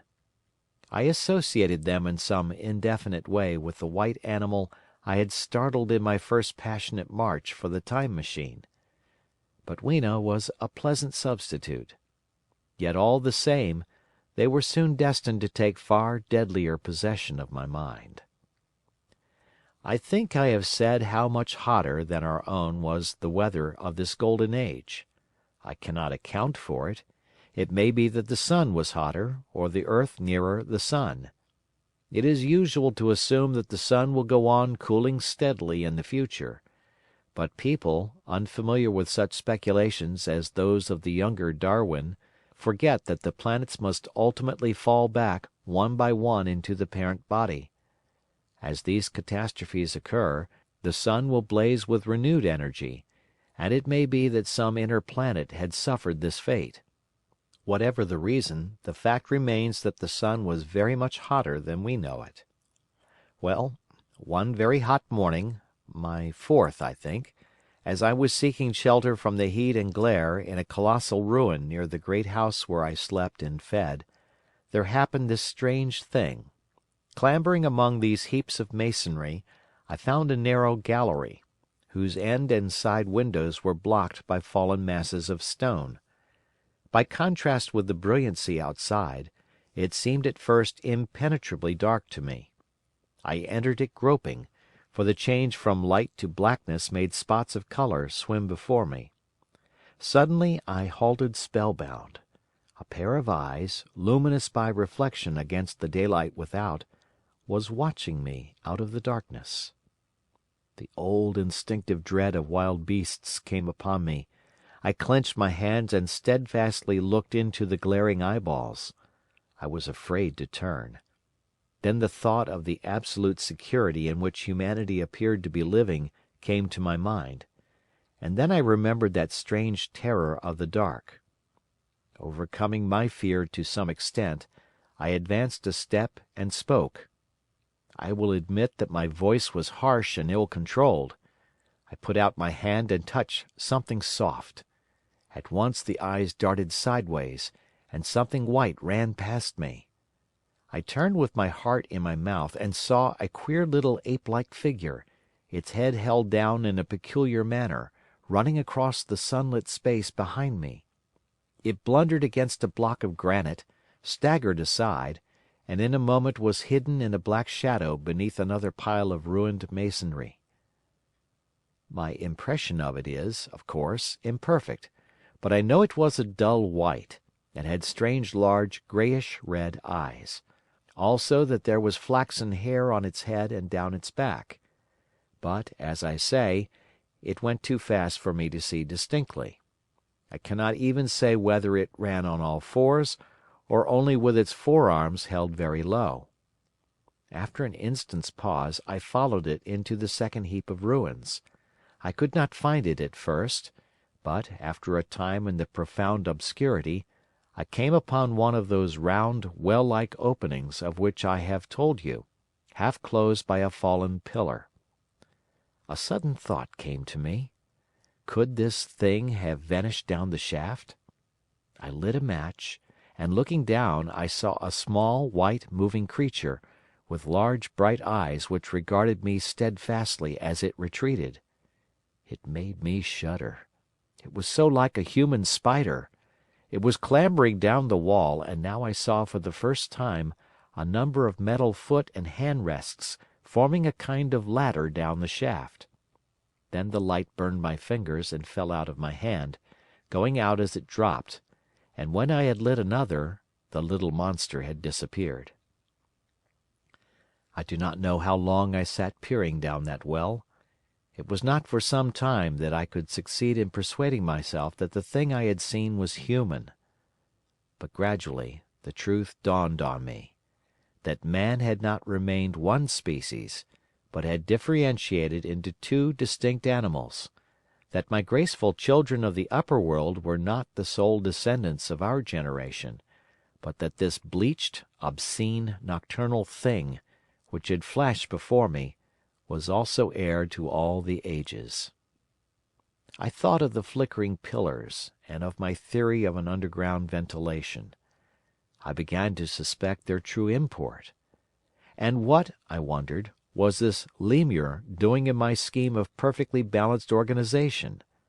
How was it related to the indolent serenity of the beautiful upper-worlders? And what was hidden down there, at the foot of that shaft? I sat upon the edge of the well telling myself that, at any rate, there was nothing to fear, and that there I must descend for the solution of my difficulties. And withal I was absolutely afraid to go. As I hesitated, two of the beautiful upper-world people came running in their amorous sport across the daylight in the shadow. The male pursued the female, flinging flowers at her as he ran. They seemed distressed to find me, my arm against the overturned pillar, peering down the well. Apparently it was considered bad form to remark these apertures, for when I pointed to this one and tried to frame a question about it in their tongue, they were still more visibly distressed and turned away. But they were interested by my matches, and I struck some to amuse them. I tried them again about the well, and again I failed. So presently I left them, meaning to go back to Weena and see what I could get from her. But my mind was already in revolution. My guesses and impressions were slipping and sliding to a new adjustment. I had now a clue to the import of these wells, to the ventilating towers, to the mystery of the ghosts, to say nothing of a hint at the meaning of the bronze gates and the fate of the time machine. And very vaguely there came a suggestion towards the solution of the economic problem that had puzzled me. Here was the new view. Plainly, this second species of man was subterranean. There were three circumstances in particular which made me think that its rare emergence above ground was the outcome of a long-continued underground habit. In the first place, there was the bleached look common in most animals that live largely in the dark. The white fish of the Kentucky caves, for example. Then, those large eyes, with that capacity for reflecting light, are common features of nocturnal things, witness the owl and the cat.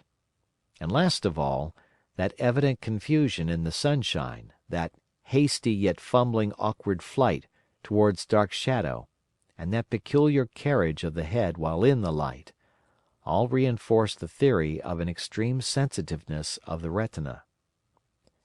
Beneath my feet, then, the earth must be tunnelled enormously, and these tunnellings were the habitat of the new race. The presence of ventilating shafts and wells along the hill slopes, everywhere in fact, except along the river valley, showed how universal were its ramifications. What so natural, then, as to assume that it was in this artificial underworld that such work as was necessary to the comfort of the daylight race was done? The notion was so plausible that I at once accepted it, and went on to assume the how of this splitting of the human species. I dare say you will anticipate the shape of my theory, though, for myself, I very soon felt that it fell far short of the truth. At first, proceeding from the problems of our own age, it seemed clear as daylight to me that the gradual widening of the present merely temporary and social difference between the capitalist and the laborer was the key to the whole position. No doubt it will seem grotesque enough to you, and wildly incredible, and yet even now there are existing circumstances to point that way. There is a tendency to utilize underground space for the less ornamental purposes of civilization. There is the Metropolitan Railway in London, for instance. There are new electric railways. There are subways. There are underground workrooms and restaurants. And they increase and multiply. Evidently, I thought, this tendency had increased till industry had gradually lost its birthright in the sky. I mean that it had gone deeper and deeper into larger and ever larger underground factories, spending a still increasing amount of its time therein, till, in the end, even now, does not an East End worker live in such artificial conditions as practically to be cut off from the natural surface of the earth? Again, the exclusive tendency of richer people, due, no doubt, to the increasing refinement of their education and the widening gulf between them and the rude violence of the poor, is already leading to the closing, in their interest, of considerable portions of the surface of the land.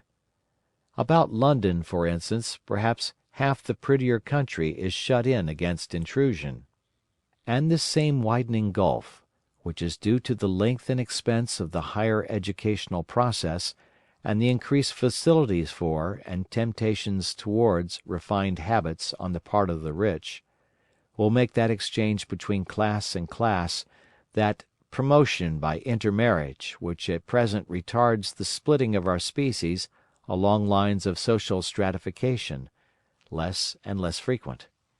So, in the end, above ground you must have the haves, pursuing pleasure and comfort and beauty, and below ground the have-nots, the workers getting continually adapted to the conditions of their labor. Once they were there, they would no doubt have to pay rent, and not a little of it, for the ventilation of their caverns, and if they refused, they would starve or be suffocated for arrears. Such of them as were so constituted as to be miserable and rebellious would die, and, in the end, the balance being permanent, the survivors would become as well adapted to the conditions of underground life, and as happy in their way, as the upper world people were to theirs. As it seemed to me, the refined beauty and the etiolated pallor followed naturally enough. The great triumph of humanity I had dreamed of took a different shape in my mind. It had been no such triumph of moral education and general cooperation as I had imagined. Instead, I saw a real aristocracy, armed with a perfected science and working to a logical conclusion the industrial system of today. Its triumph had not been simply a triumph over nature, but a triumph over nature and the fellow man. This, I must warn you, was my theory at the time. I had no convenient cicerone in the pattern of the Utopian books. My explanation may be absolutely wrong. I still think it is the most plausible one. But even on this supposition the balanced civilization that was at last attained must have long since passed its zenith, and was now far fallen into decay. The too perfect security of the upper worlders had led them to a slow movement of degeneration, to a general dwindling in size, strength, and intelligence. That I could see clearly enough already. What had happened to the undergrounders I did not yet suspect, but from what I had seen of the Morlocks, that, by the by, was the name by which these creatures were called, I could imagine that the modification of the human type was even far more profound than among the Eloi, the beautiful race that I already knew. Then came troublesome doubts. Why had the Morlocks taken my time machine?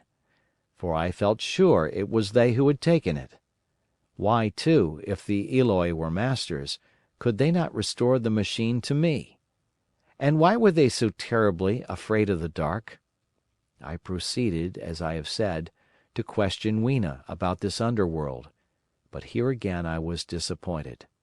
At first she would not understand my questions, and presently she refused to answer them.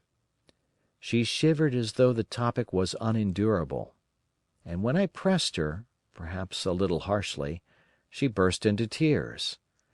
They were the only tears, except my own, I ever saw in that golden age. When I saw them I ceased abruptly to trouble about the Morlocks, and was only concerned in banishing these signs of the human inheritance from Weena's eyes. And very soon she was smiling and clapping her hands, while I solemnly burned a match. It may seem odd to you, but it was 2 days before I could follow up the new-found clue in what was manifestly the proper way. I felt a peculiar shrinking from those pallid bodies. They were just the half-bleached color of the worms and things one sees preserved in spirit in a zoological museum, and they were filthily cold to the touch. Probably my shrinking was largely due to the sympathetic influence of the Eloi, whose disgust of the Morlocks I now began to appreciate. The next night I did not sleep well. Probably my health was a little disordered. I was oppressed with perplexity and doubt. Once or twice I had a feeling of intense fear for which I could perceive no definite reason. I remember creeping noiselessly into the great hall where the little people were sleeping in the moonlight—that night Weena was among them—and feeling reassured by their presence. It occurred to me even then that in the course of a few days the moon must pass through its last quarter and the nights grow dark, when the appearances of these unpleasant creatures from below, these whitened lemurs, this new vermin that had replaced the old, might be more abundant. And on both these days I had the restless feeling of one who shirks an inevitable duty. I felt assured that the time machine was only to be recovered by bodily penetrating these underground mysteries. Yet I could not face the mystery.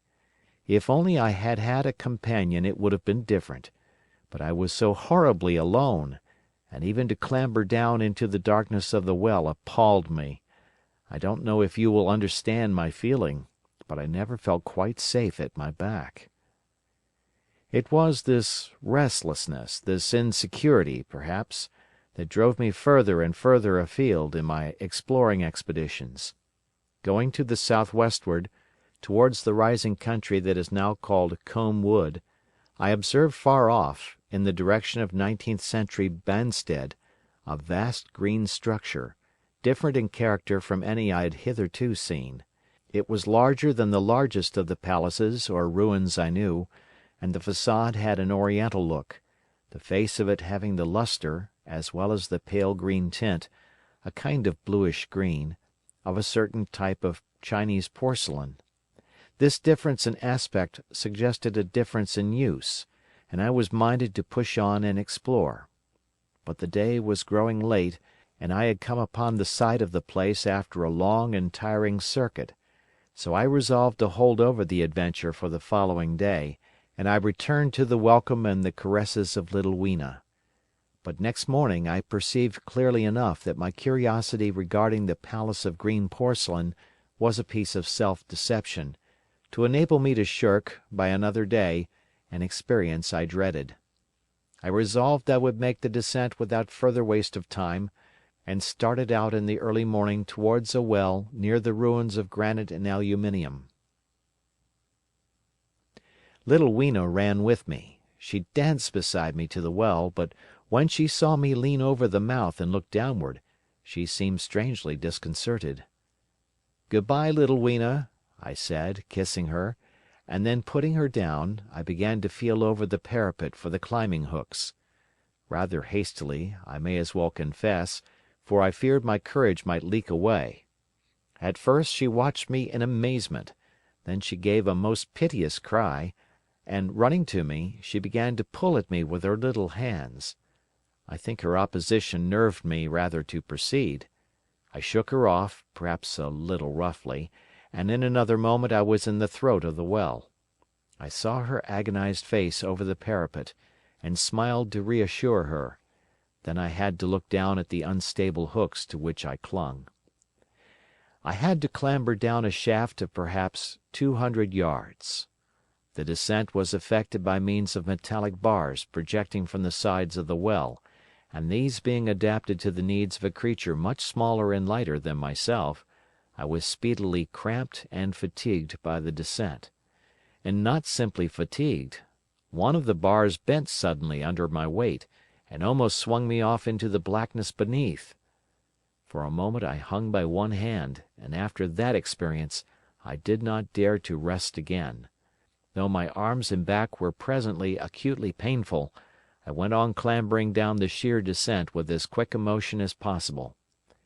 Glancing upward, I saw the aperture, a small blue disk, in which a star was visible, while little Weena's head showed as a round black projection.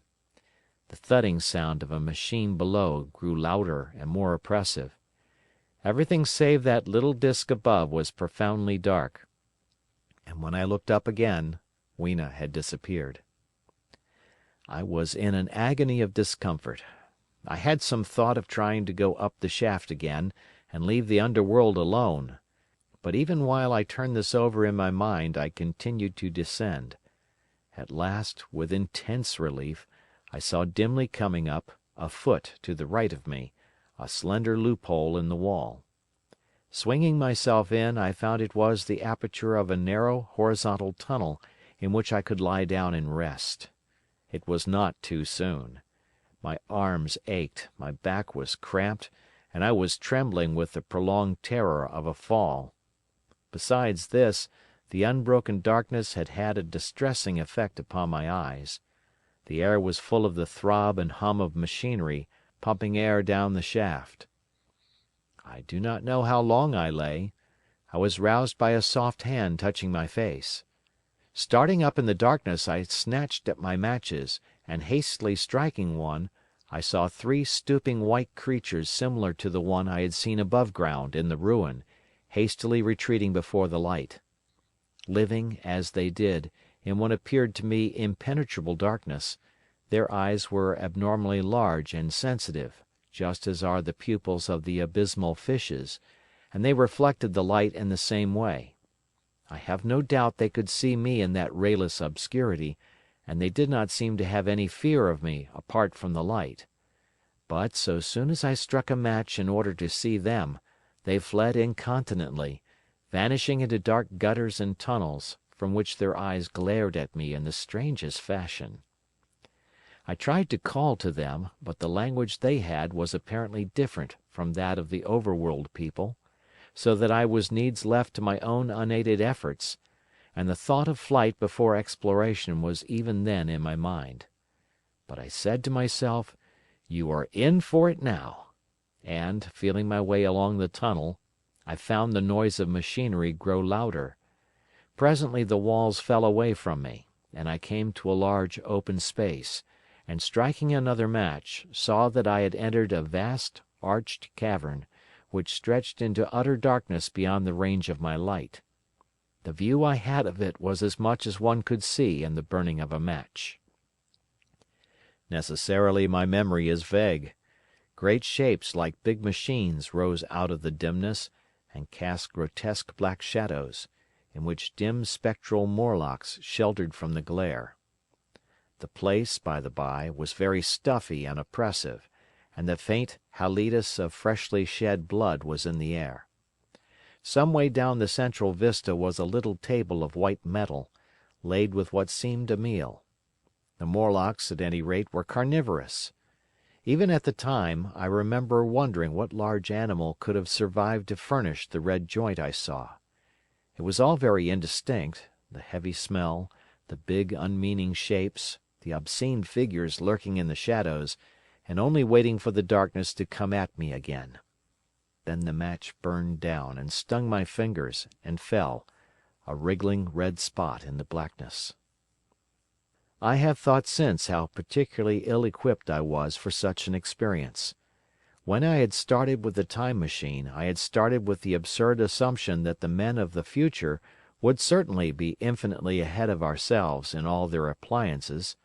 I had come without arms, without medicine, without anything to smoke. At times I missed tobacco frightfully, even without enough matches. If only I had thought of a kodak! I could have flashed that glimpse of the underworld in a second and examined it at leisure.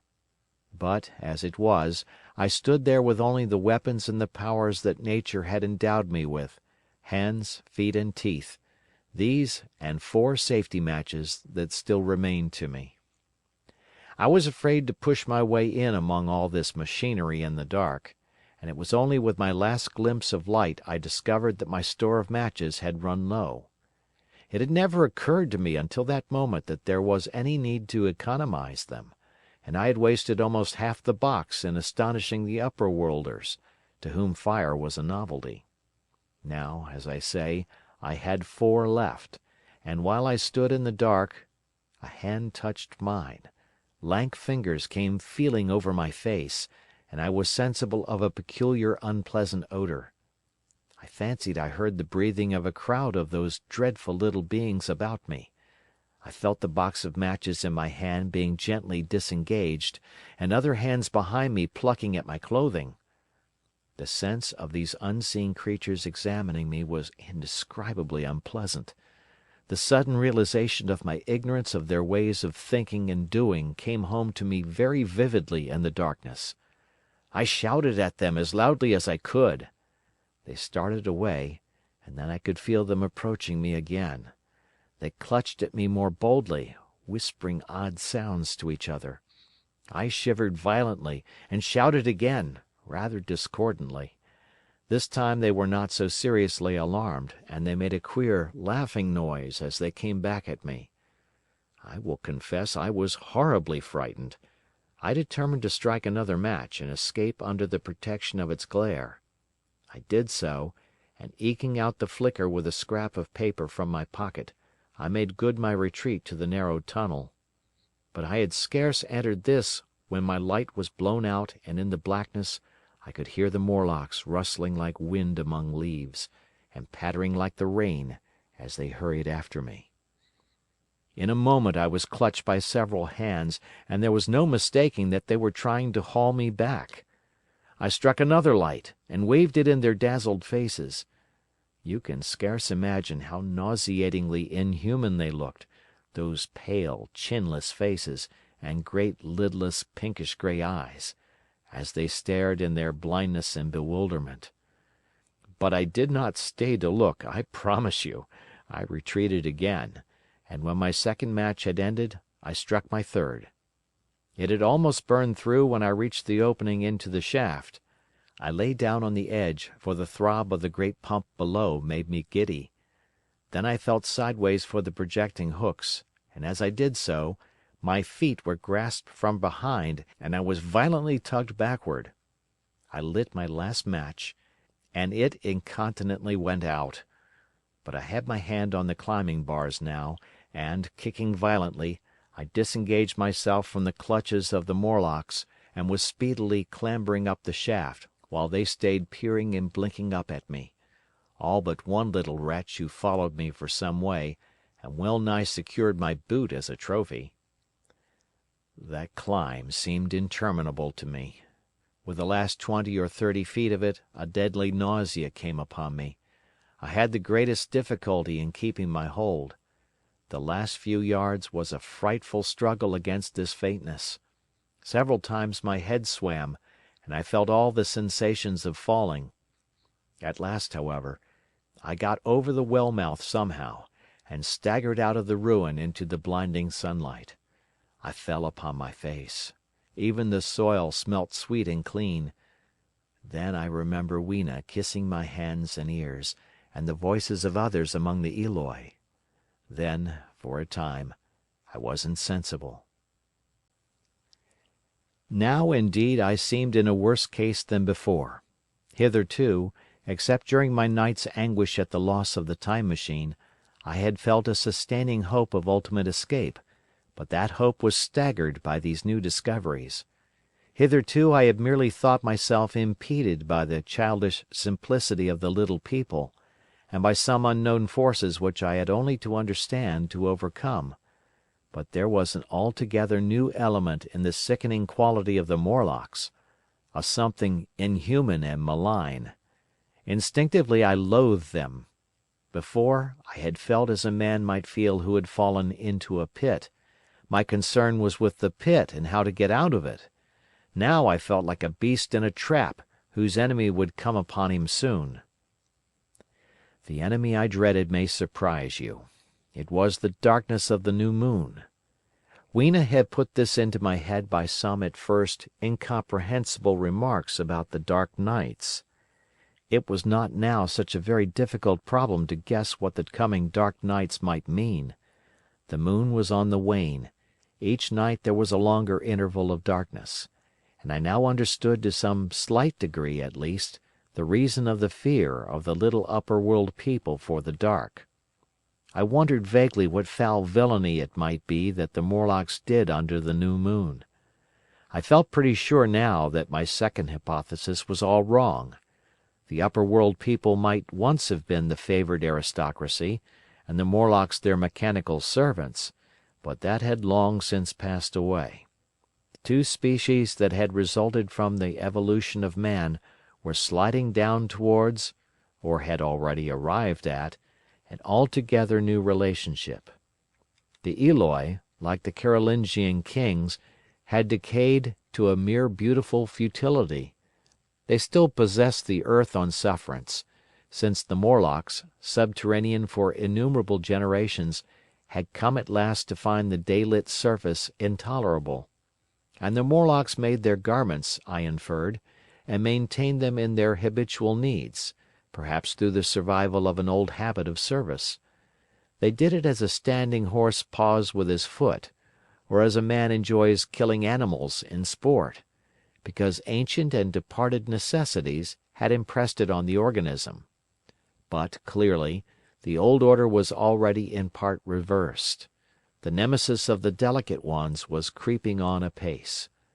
Ages ago, thousands of generations ago, man had thrust his brother man out of the ease and the sunshine. And now that brother was coming back, changed. Already the Eloi had begun to learn one old lesson anew. They were becoming reacquainted with fear. and suddenly there came into my head the memory of the meat I had seen in the underworld.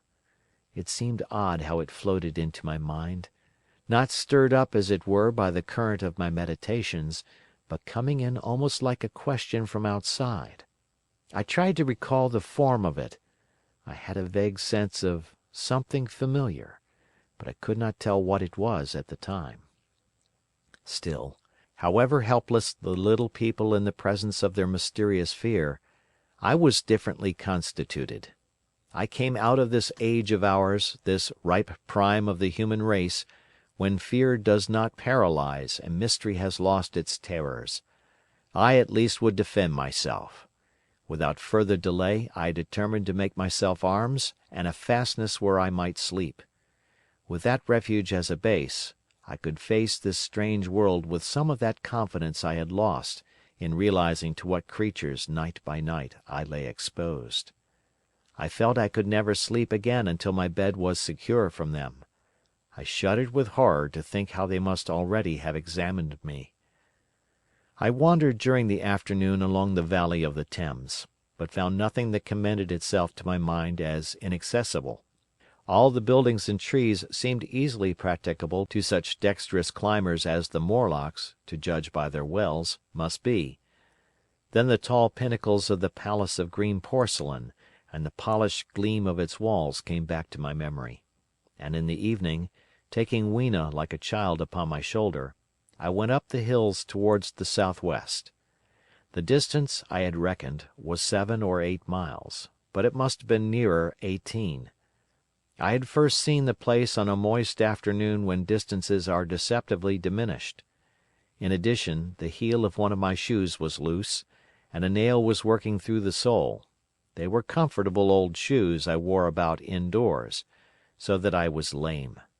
And it was already long past sunset when I came in sight of the palace, silhouetted black against the pale yellow of the sky. Weena had been hugely delighted when I began to carry her, but after a while she desired me to let her down, and ran along by the side of me, occasionally darting off on either hand to pick flowers to stick in my pockets. My pockets had always puzzled Weena, but at the last she had concluded that they were an eccentric kind of vase for floral decoration. At least she utilized them for that purpose. And that reminds me. In changing my jacket I found— The time traveller paused, put his hand into his pocket, and silently placed 2 withered flowers, not unlike very large white mallows, upon the little table. Then he resumed his narrative. As the hush of evening crept over the world, and we proceeded over the hill crest towards Wimbledon, Weena grew tired and wanted to return to the house of grey stone.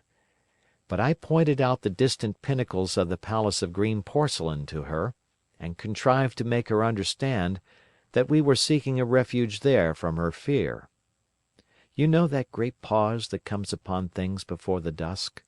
Even the breeze stops in the trees. To me there is always an air of expectation about that evening stillness. The sky was clear, remote, and empty save for a few horizontal bars far down in the sunset. Well, that night the expectation took the colour of my fears. In that darkling calm my senses seemed preternaturally sharpened. I fancied I could even feel the hollowness of the ground beneath my feet; could, indeed, almost see through it the Morlocks on their ant-hill going hither and thither and waiting for the dark. In my excitement I fancied that they would receive my invasion of their burrows as a declaration of war. And why had they taken my time machine? So we went on in the quiet, and the twilight deepened into night. The clear blue of the distance faded, and one star after another came out. The ground grew dim and the trees black. Weena's fears and her fatigue grew upon her. I took her in my arms, and talked to her, and caressed her. Then, as the darkness grew deeper, she put her arms round my neck, and, closing her eyes, tightly pressed her face against my shoulder.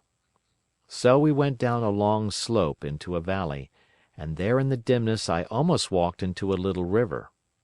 This I waded, and went up the opposite side of the valley, past a number of sleeping houses, and by a statue, a faun or some such figure, minus the head. Here too were acacias. So far I had seen nothing of the Morlocks, but it was yet early in the night, and the darker hours before the old moon rose were still to come. From the brow of the next hill I saw a thick wood spreading wide and black before me. I hesitated at this. I could see no end to it, either to the right or the left. Feeling tired, my feet in particular were very sore, I carefully lowered Weena from my shoulder as I halted, and sat down upon the turf. I could no longer see the palace of green porcelain, and I was in doubt of my direction. I looked into the thickness of the wood and thought of what it might hide. Under that dense tangle of branches one would be out of sight of the stars. Even were there no other lurking danger, a danger I did not care to let my imagination loose upon, there would still be all the roots to stumble over and the tree boles to strike against. I was very tired, too, after the excitements of the day, so I decided that I would not face it, but would pass the night upon the open hill. Weena, I was glad to find, was fast asleep. I carefully wrapped her in my jacket and sat down beside her to wait for the moonrise. The hillside was quiet and deserted, but from the black of the wood there came now and then a stir of living things. Above me shone the stars, for the night was very clear. I felt a certain sense of friendly comfort in their twinkling. All the old constellations had gone from the sky, however. That slow movement which is imperceptible in 100 human lifetimes had long since rearranged them in unfamiliar groupings. But the Milky Way, it seemed to me, was still the same tattered streamer of star dust as of yore. Southward, as I judged it, was a very bright red star that was new to me. It was even more splendid than our own green Sirius.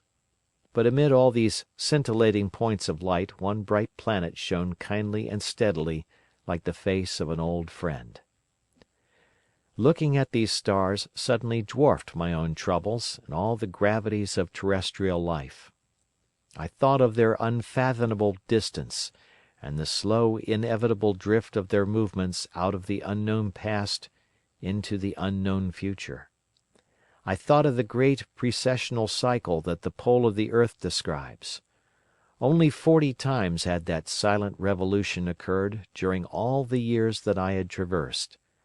And during these few revolutions all the activity, all the traditions, the complex organizations, the nations, languages, literatures, aspirations, even the mere memory of man as I knew him, had been swept out of existence. Instead were these frail creatures who had forgotten their high ancestry, and the white things of which I went in terror. Then I thought of the great fear that was between the two species, and for the first time, with a sudden shiver, came the clear knowledge of what the meat I had seen might be. Yet it was too horrible. I looked at little Weena sleeping beside me, her face white and starlike under the stars, and forthwith dismissed the thought. Through that long night I held my mind off the Morlocks as well as I could, and whiled away the time by trying to fancy I could find signs of the old constellations in the new confusion. The sky kept very clear, except for a hazy cloud or so. No doubt I dozed at times. Then, as my vigil wore on, came a faintness in the eastward sky, like the reflection of some colourless fire, and the old moon rose, thin and peaked and white. And close behind, and overtaking it and overflowing it, the dawn came, pale at first, and then growing pink and warm. No Morlocks had approached us. Indeed, I had seen none upon the hill that night. And in the confidence of renewed day it almost seemed to me that my fear had been unreasonable. I stood up and found my foot with the loose heel swollen at the ankle and painful under the heel, so I sat down again, took off my shoes, and flung them away. I awakened Weena, and we went down into the wood, now green and pleasant instead of black and forbidding. We found some fruit wherewith to break our fast. We soon met others of the dainty ones, laughing and dancing in the sunlight as though there were no such thing in nature as the night. And then I thought once more of the meat that I had seen. I felt assured now of what it was, and from the bottom of my heart I pitied this last feeble rill from the great flood of humanity. Clearly, at some time in the long ago of human decay, the Morlocks' food had run short. Possibly they had lived on rats and such like vermin. Even now man is far less discriminating and exclusive in his food than he was, far less than any monkey. His prejudice against human flesh is no deep-seated instinct. And so these inhuman sons of men— I tried to look at the thing in a scientific spirit. After all, they were less human and more remote than our cannibal ancestors of 3,000 or 4,000 years ago. And the intelligence that would have made this state of things a torment had gone. Why should I trouble myself? These Eloi were mere fatted cattle, which the ant-like Morlocks preserved and preyed upon, probably saw to the breeding of, and there was Weena dancing at my side. Then I tried to preserve myself from the horror that was coming upon me, by regarding it as a rigorous punishment of human selfishness. Man had been content to live in ease and delight upon the labors of his fellow man, had taken necessity as his watchword and excuse, and in the fullness of time necessity had come home to him. I even tried a Carlyle-like scorn of this wretched aristocracy in decay. But this attitude of mind was impossible. However great their intellectual degradation, the Eloi had kept too much of the human form not to claim my sympathy, and to make me perforce a sharer in their degradation and their fear.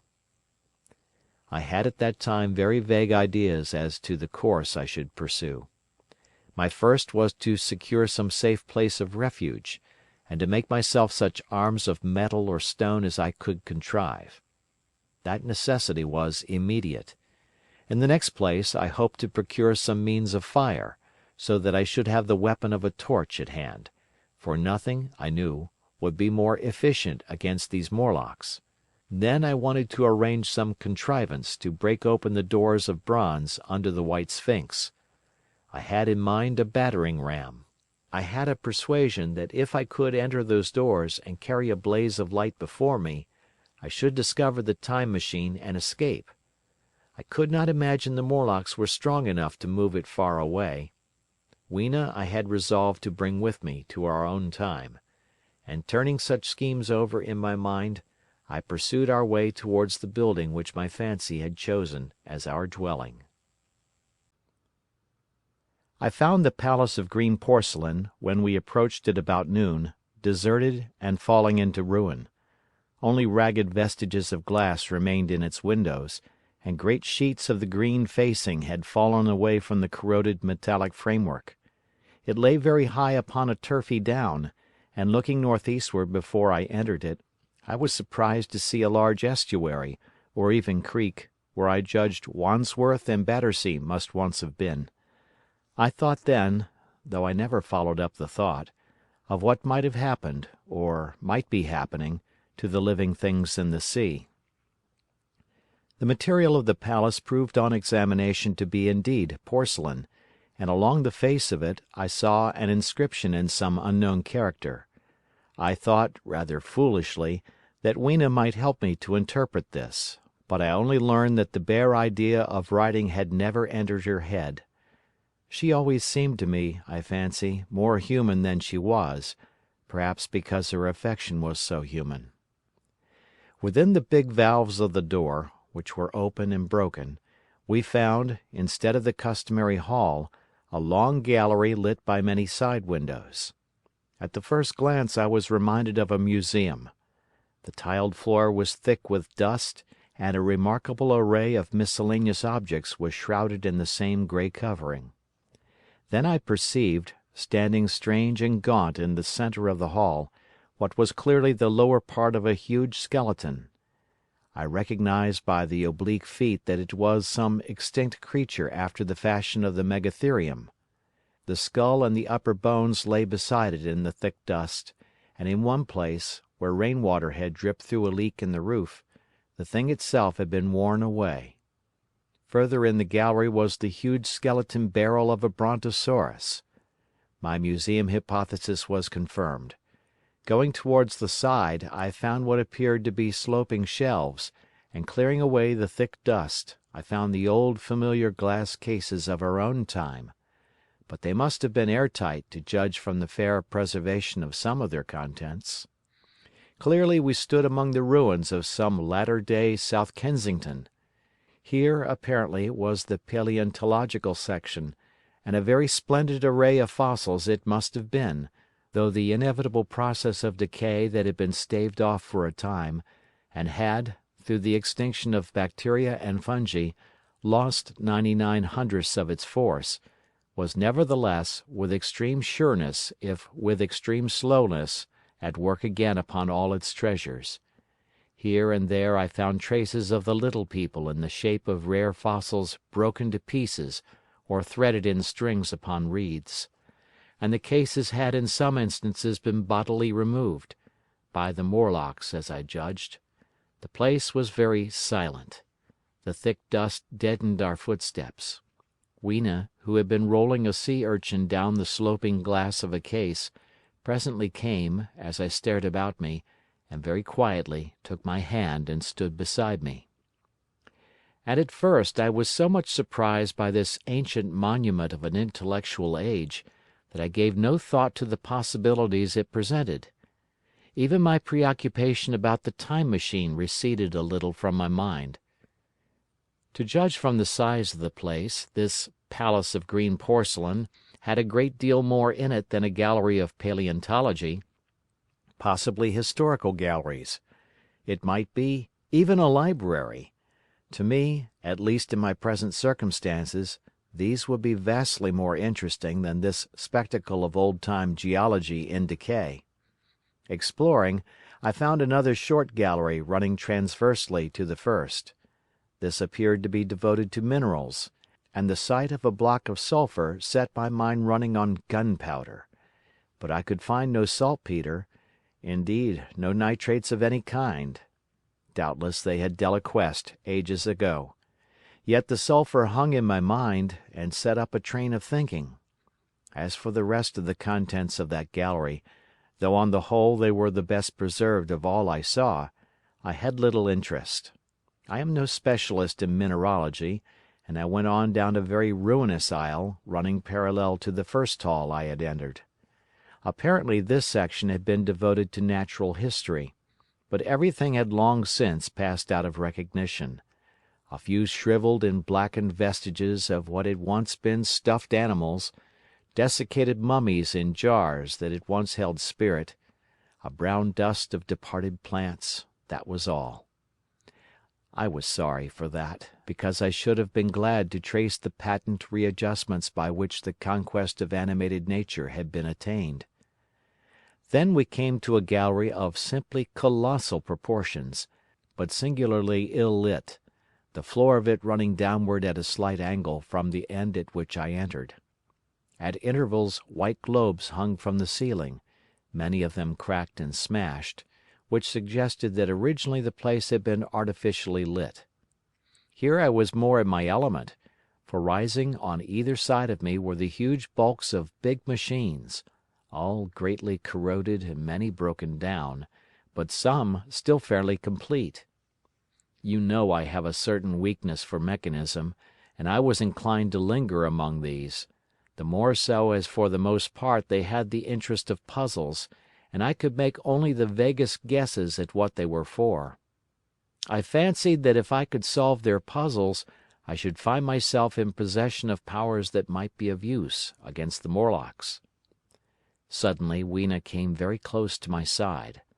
So suddenly that she startled me. Had it not been for her, I do not think I should have noticed that the floor of the gallery sloped at all. Footnote: it may be, of course, that the floor did not slope, but that the museum was built into the side of a hill. Signed, the Editor. End of footnote. The end I had come in at was quite above ground, and was lit by rare slit-like windows. As you went down the length, the ground came up against these windows, until at last there was a pit like the area of a London house before each, and only a narrow line of daylight at the top. I went slowly along, puzzling about the machines, and had been too intent upon them to notice the gradual diminution of the light, until Weena's increasing apprehensions drew my attention. Then I saw that the gallery ran down at last into a thick darkness. I hesitated, and then, as I looked round me, I saw that the dust was less abundant and its surface less even. Further away towards the dimness, it appeared to be broken by a number of small narrow footprints. My sense of the immediate presence of the Morlocks revived at that. I felt that I was wasting my time in the academic examination of machinery.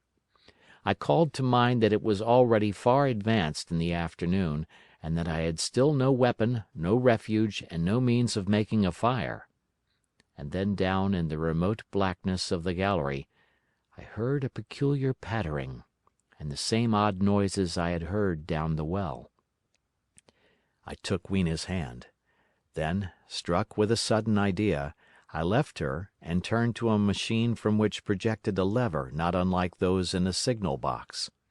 Clambering upon the stand and grasping this lever in my hands, I put all my weight upon it sideways. Suddenly Weena, deserted in the central aisle, began to whimper. I had judged the strength of the lever pretty correctly, for it snapped after a minute's strain, and I rejoined her with a mace in my hand more than sufficient, I judged, for any Morlock skull I might encounter. And I longed very much to kill a Morlock or so. Very inhuman, you may think, to want to go killing one's own descendants. But it was impossible, somehow, to feel any humanity in the things.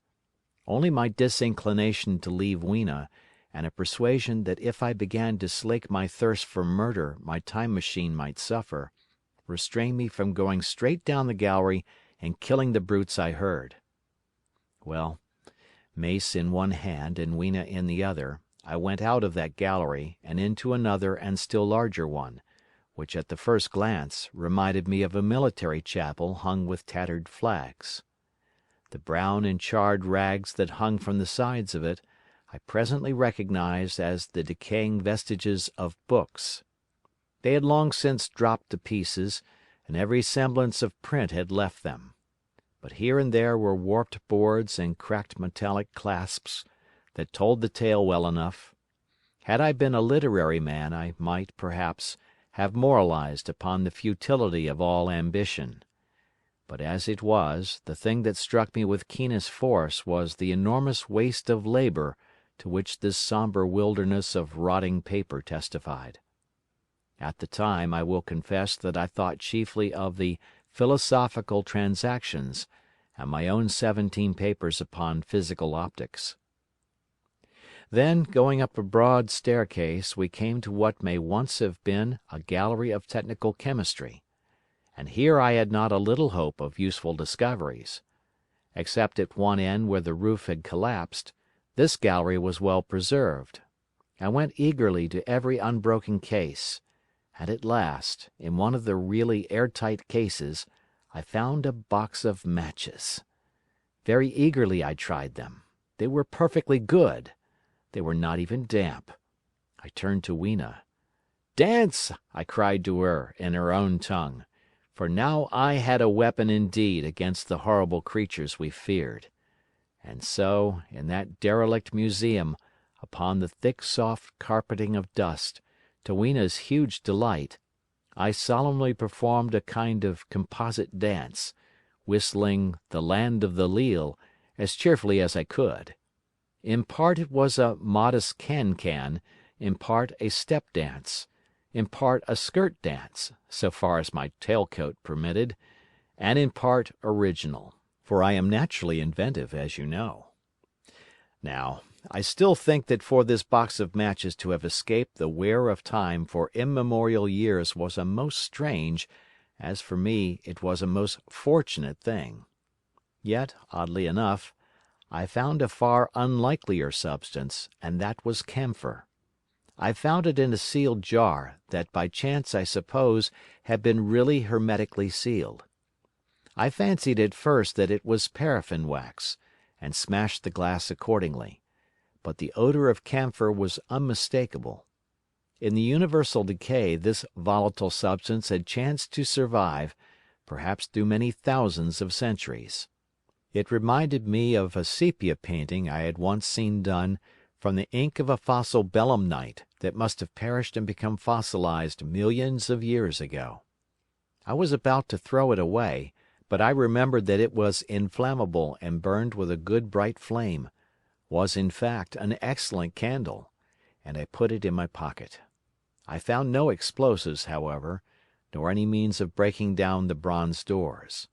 As yet my iron crowbar was the most helpful thing I had chanced upon. Nevertheless, I left that gallery greatly elated. I cannot tell you all the story of that long afternoon. It would require a great effort of memory to recall my explorations in at all the proper order. I remember a long gallery of rusting stands of arms, and how I hesitated between my crowbar and a hatchet or a sword. I could not carry both, however, and my bar of iron promised best against the bronze gates. There were numbers of guns, pistols, and rifles. The most were masses of rust, but many were of some new metal, and still fairly sound. But any cartridges or powder there may once have been had rotted into dust. One corner I saw was charred and shattered, perhaps, I thought, by an explosion among the specimens. In another place was a vast array of idols, Polynesian, Mexican, Grecian, Phoenician, every country on earth I should think. And here, yielding to an irresistible impulse, I wrote my name upon the nose of a steatite monster from South America that particularly took my fancy. As the evening drew on, my interest waned. I went through gallery after gallery, dusty, silent, often ruinous, the exhibits sometimes mere heaps of rust and lignite, sometimes fresher. In one place I suddenly found myself near the model of a tin mine, and then by the merest accident I discovered, in an airtight case, 2 dynamite cartridges. I shouted Eureka and smashed the case with joy. Then came a doubt. I hesitated. Then, selecting a little side gallery, I made my essay. I never felt such a disappointment as I did in waiting 5, 10, 15 minutes for an explosion that never came. Of course the things were dummies, as I might have guessed from their presence. I really believe that had they not been so, I should have rushed off incontinently and blown Sphinx, bronze doors, and, as it proved, my chances of finding the Time Machine altogether into non-existence. It was after that, I think, that we came to a little open court within the palace. It was turfed, and had 3 fruit trees. So we rested and refreshed ourselves. Toward sunset I began to consider our position. Night was creeping upon us, and my inaccessible hiding place had still to be found. But that troubled me very little now. I had in my possession a thing that was, perhaps, the best of all defences against the Morlocks. I had matches. I had the camphor in my pocket, too, if a blaze were needed. It seemed to me that the best thing we could do would be to pass the night in the open, protected by a fire. In the morning there was the getting of the Time Machine. Towards that, as yet, I had only my iron mace. But now, with my growing knowledge, I felt very differently towards those bronze doors. Up to this, I had refrained from forcing them, largely because of the mystery on the other side. They had never impressed me as being very strong, and I hoped to find my bar of iron not altogether inadequate for the work. We emerged from the palace while the sun was still in part above the horizon. I was determined to reach the White Sphinx early the next morning, and ere the dusk I purposed pushing through the woods that had stopped me on the previous journey. My plan was to go as far as possible that night, and then, building a fire, to sleep in the protection of its glare. Accordingly, As we went along I gathered any sticks or dried grass I saw, and presently had my arms full of such litter. Thus loaded, our progress was slower than I had anticipated, and besides Weena was tired. And I began to suffer from sleepiness too, so that it was full night before we reached the wood. Upon the shrubby hill of its edge Weena would have stopped, fearing the darkness before us, but a singular sense of impending calamity, that should indeed have served me as a warning, drove me onward. I had been without sleep for a night and 2 days, and I was feverish and irritable. I felt sleep coming upon me, and the Morlocks with it. While we hesitated, among the black bushes behind us, and dim against their blackness, I saw 3 crouching figures. There was scrub and long grass all about us, and I did not feel safe from their insidious approach. The forest, I calculated, was rather less than a mile across. If we could get through it to the bare hillside, there, as it seemed to me, was an altogether safer resting place. I thought that with my matches and my camphor I could contrive to keep my path illuminated through the woods. Yet it was evident that if I was to flourish matches with my hands I should have to abandon my firewood. So, rather reluctantly, I put it down, and then it came into my head that I would amaze our friends behind by lighting it. I was to discover the atrocious folly of this proceeding, but it came to my mind as an ingenious move for covering our retreat. I don't know if you have ever thought what a rare thing flame must be in the absence of man and in a temperate climate. The sun's heat is rarely strong enough to burn, even when it is focused by dewdrops, as is sometimes the case in more tropical districts. Lightning may blast and blacken, but it rarely gives rise to widespread fire. Decaying vegetation may occasionally smolder with the heat of its fermentation, but this rarely results in flame. In this decadence, too, the art of fire-making had been forgotten on the earth. The red tongues that went licking up my heap of wood were an altogether new and strange thing to Weena. She wanted to run to it and play with it. I believe she would have cast herself into it had I not restrained her. But I caught her up and, in spite of her struggles, plunged boldly before me into the wood. For a little while the glare of my fire lit the path. Looking back presently, I could see, through the crowded stems, that from my heap of sticks the blaze had spread to some bushes adjacent, and a curved line of fire was creeping up the grass of the hill. I laughed at that, and turned again to the dark trees before me. It was very black, and Weena clung to me convulsively, but there was still, as my eyes grew accustomed to the darkness, sufficient light for me to avoid the stems. Overhead it was simply black, except where a gap of remote blue sky shone down upon us here and there. I struck none of my matches because I had no hand free. Upon my left arm I carried my little one, in my right hand I had my iron bar. For some way I heard nothing but the crackling twigs under my feet, the faint rustle of the breeze above, and my own breathing and the throb of the blood vessels in my ears. Then I seemed to know of a pattering about me. I pushed on grimly. The pattering grew more distinct, and then I caught the same queer sound in voices I had heard in the underworld. There were evidently several of the Morlocks, and they were closing in upon me. Indeed, in another minute I felt a tug at my coat, then something at my arm, and Weena shivered violently and became quite still. It was time for a match, but to get one I must put her down. I did so, and as I fumbled with my pocket a struggle began in the darkness about my knees, perfectly silent on her part, and with the same peculiar cooing sounds from the Morlocks.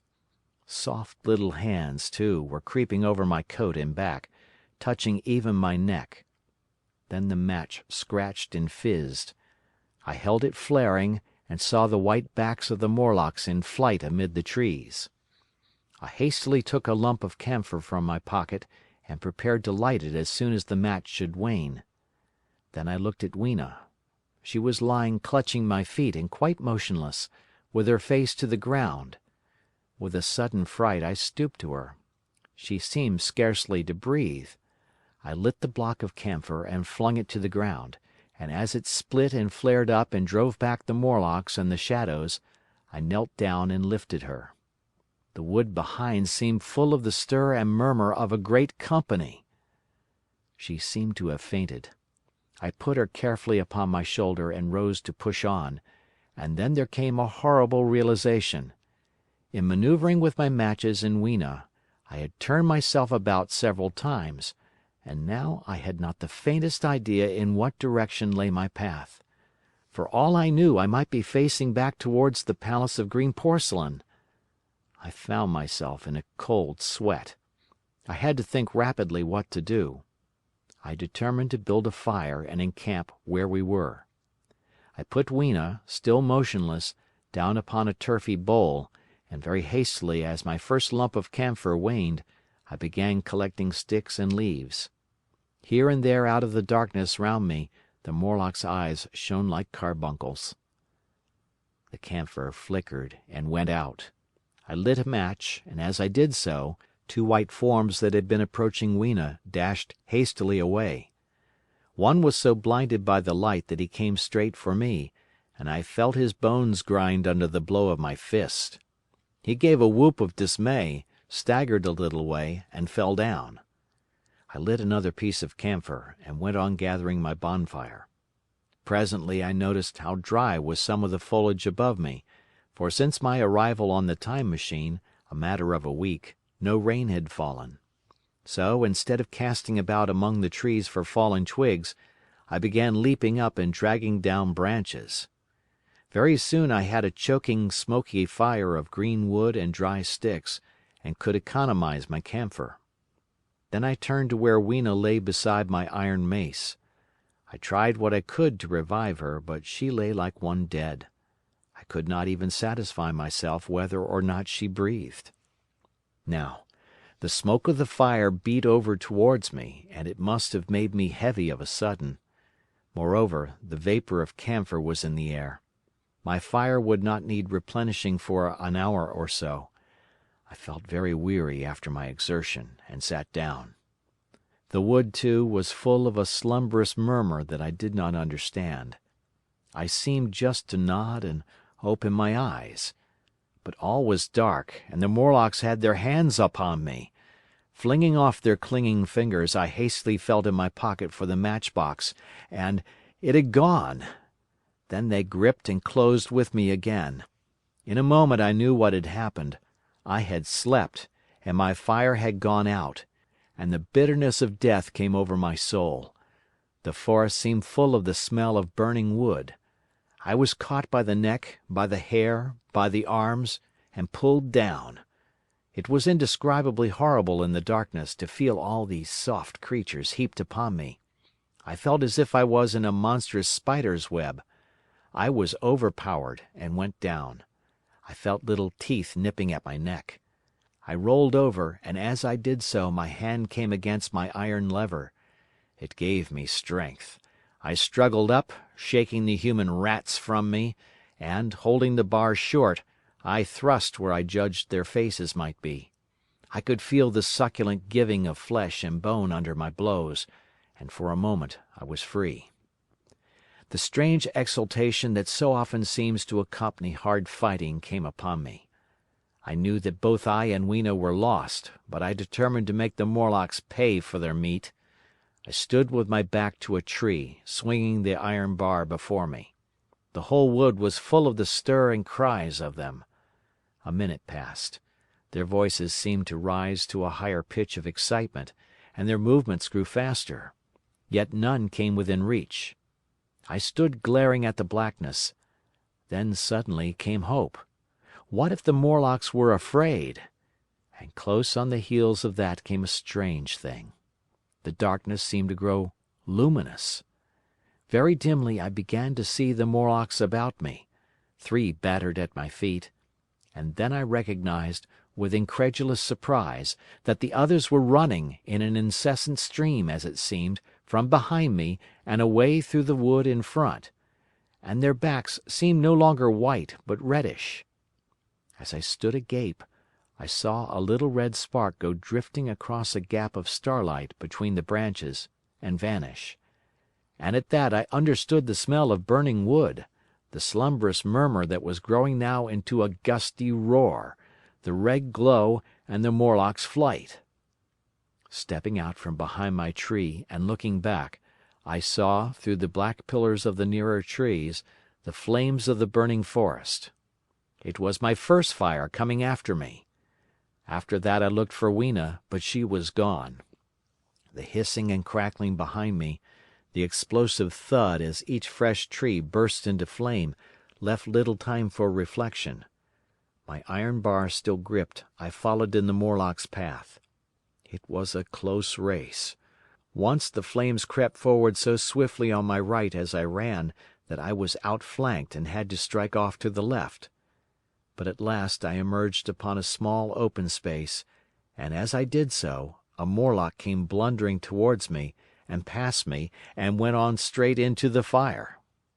And now I was to see the most weird and horrible thing, I think, of all that I beheld in that future age. This whole space was as bright as day with the reflection of the fire. In the center was a hillock or tumulus, surmounted by a scorched hawthorn. Beyond this was another arm of the burning forest, with yellow tongues already writhing from it, completely encircling the space with a fence of fire. Upon the hillside were some 30 or 40 Morlocks, dazzled by the light and heat, and blundering hither and thither against each other in their bewilderment. At first I did not realize their blindness, and struck furiously at them with my bar, in a frenzy of fear, as they approached me, killing one and crippling several more. But when I had watched the gestures of one of them groping under the hawthorn against the red sky, and heard their moans, I was assured of their absolute helplessness and misery in the glare, and I struck no more of them. Yet every now and then one would come straight towards me, setting loose a quivering horror that made me quick to elude him. At one time the flames died down somewhat, and I feared the foul creatures would presently be able to see me. I was thinking of beginning the fight by killing some of them before this should happen. But the fire burst out again brightly, and I stayed my hand. I walked about the hill among them and avoided them, looking for some trace of Weena. But Weena was gone. At last I sat down on the summit of the hillock, and watched this strange incredible company of blind things groping to and fro, and making uncanny noises to each other, as the glare of the fire beat on them. The coiling uprush of smoke streamed across the sky, and through the rare tatters of that red canopy, remote as though they belonged to another universe, shone the little stars. 2 or 3 Morlocks came blundering into me, and I drove them off with blows of my fists, trembling as I did so. For the most part of that night I was persuaded it was a nightmare. I bit myself and screamed in a passionate desire to awake. I beat the ground with my hands, and got up and sat down again, and wandered here and there, and again sat down. Then I would fall to rubbing my eyes and calling upon God to let me awake. Thrice I saw Morlocks put their heads down in a kind of agony, and rush into the flames. But, at last, above the subsiding red of the fire, above the streaming masses of black smoke, and the whitening and blackening tree stumps, and the diminishing numbers of these dim creatures, came the white light of the day. I searched again for traces of Weena, but there were none. It was plain that they had left her poor little body in the forest. I cannot describe how it relieved me to think that it had escaped the awful fate to which it seemed destined. As I thought of that, I was almost moved to begin a massacre of the helpless abominations about me, but I contained myself. The hillock, as I have said, was a kind of island in the forest. From its summit I could now make out through a haze of smoke the palace of green porcelain, and from that I could get my bearings for the White Sphinx. And so, leaving the remnant of these damned souls still going hither and thither and moaning, as the day grew clearer, I tied some grass about my feet and limped on across smoking ashes and among black stems, that still pulsated internally with fire, towards the hiding place of the Time Machine. I walked slowly, for I was almost exhausted, as well as lame, and I felt the intensest wretchedness for the horrible death of little Weena. It seemed an overwhelming calamity. Now, in this old, familiar room, it is more like the sorrow of a dream than an actual loss. But that morning, it left me absolutely lonely again, terribly alone. I began to think of this house of mine, of this fireside, of some of you, and with such thoughts came a longing that was pain.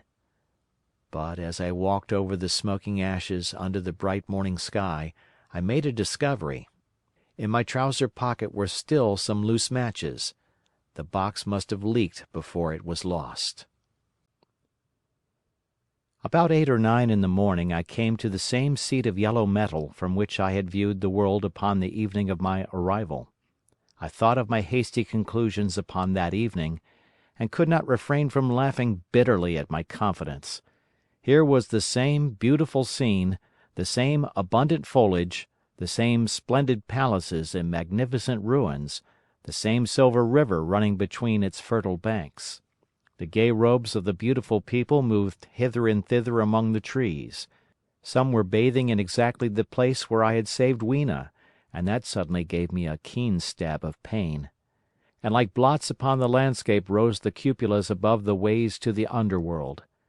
I understood now what all the beauty of the overworld people covered. Very pleasant was their day, as pleasant as the day of the cattle in the field. Like the cattle, they knew of no enemies and provided against no needs, and their end was the same. I grieved to think how brief the dream of the human intellect had been. It had committed suicide. It had set itself steadfastly towards comfort and ease, a balanced society with security and permanency as its watchword. It had attained its hopes. To come to this at last. Once, life and property must have reached almost absolute safety. The rich had been assured of his wealth and comfort, the toiler assured of his life and work. No doubt in that perfect world there had been no unemployed problem, no social question left unsolved, and a great quiet had followed. It is a law of nature we overlook, that intellectual versatility is the compensation for change, danger, and trouble. An animal perfectly in harmony with its environment is a perfect mechanism. Nature never appeals to intelligence until habit and instinct are useless. There is no intelligence where there is no change, and no need of change. Only those animals partake of intelligence that have to meet a huge variety of needs and dangers. So, as I see it, the upper world man had drifted towards his feeble prettiness, and the underworld to mere mechanical industry. But that perfect state had lacked one thing even for mechanical perfection: absolute permanency. Apparently as time went on, the feeding of the underworld, however it was effected, had become disjointed. Mother Necessity, who had been staved off for a few thousand years, came back again, and she began below. The underworld being in contact with machinery, which, however perfect, still needs some little thought outside habit, had probably retained perforce rather more initiative, if less of every other human character, than the upper. And when other meat failed them, they turned to what old habit had hitherto forbidden. So I say I saw it in my last view of the world of 802,701. It may be as wrong an explanation as mortal wit could invent. It is how the thing shaped itself to me, and as that I give it to you. After the fatigues, excitements, and terrors of the past days, and in spite of my grief, this seat and the tranquil view and the warm sunlight were very pleasant. I was very tired and sleepy, and soon my theorizing passed into dozing. Catching myself at that, I took my own hint, and spreading myself out upon the turf I had a long and refreshing sleep. I woke a little before sunsetting. I now felt safe against being caught napping by the Morlocks, and, stretching myself, I came on down the hill towards the White Sphinx. I had my crowbar in one hand and the other hand played with the matches in my pocket. And now came a most unexpected thing. As I approached the pedestal of the Sphinx, I saw the bronze valves were open. They had slid down into grooves. At that I stopped short before them, hesitating to enter. Within was a small apartment, and on a raised place in the corner of this was the Time Machine. I had the small levers in my pocket. So here, after all my elaborate preparations for the siege of the White Sphinx, was a meek surrender. I threw my iron bar away, almost sorry not to use it. A sudden thought came into my head as I stooped towards the portal. For once, at least, I grasped the mental operations of the Morlocks. Suppressing a strong inclination to laugh, I stepped through the bronze frame and up to the Time Machine. I was surprised to find it had been carefully oiled and cleaned. I have suspected since that the Morlocks had even partially taken it to pieces while trying in their dim way to grasp its purpose. Now, as I stood and examined it, finding a pleasure in the mere touch of the contrivance, the thing I had expected happened. The bronze panels suddenly slid up and struck the frame with a clang. I was in the dark, trapped. So the Morlocks thought. At that I chuckled gleefully. I could already hear their murmuring laughter as they came towards me. Very calmly I tried to strike the match. I had only to fix on the levers and depart then like a ghost. But I had overlooked one little thing. The matches were of that abominable kind that light only on the box. You may imagine how all my calm vanished. The little brutes were close upon me. One touched me. I made a sweeping blow in the dark at them with the levers, and began to scramble into the saddle of the machine. Then came one hand upon me and then another. Then I had simply to fight against their persistent fingers for my levers, and at the same time feel for the studs over which these fitted. One, indeed, they almost got away from me. As it slipped from my hand, I had to butt in the dark with my head, I could hear the Morlock's skull ring, to recover it. It was a nearer thing than the fight in the forest, I think, this last scramble. But at last the lever was fitted and pulled over. The clinging hand slipped from me. The darkness presently fell from my eyes. I found myself in the same grey light and tumult I have already described. I have already told you of the sickness and confusion that comes with time traveling. And this time I was not seated properly in the saddle, but sideways and in an unstable fashion. For an indefinite time I clung to the machine as it swayed and vibrated, quite unheeding how I went, and when I brought myself to look at the dials again, I was amazed to find where I had arrived.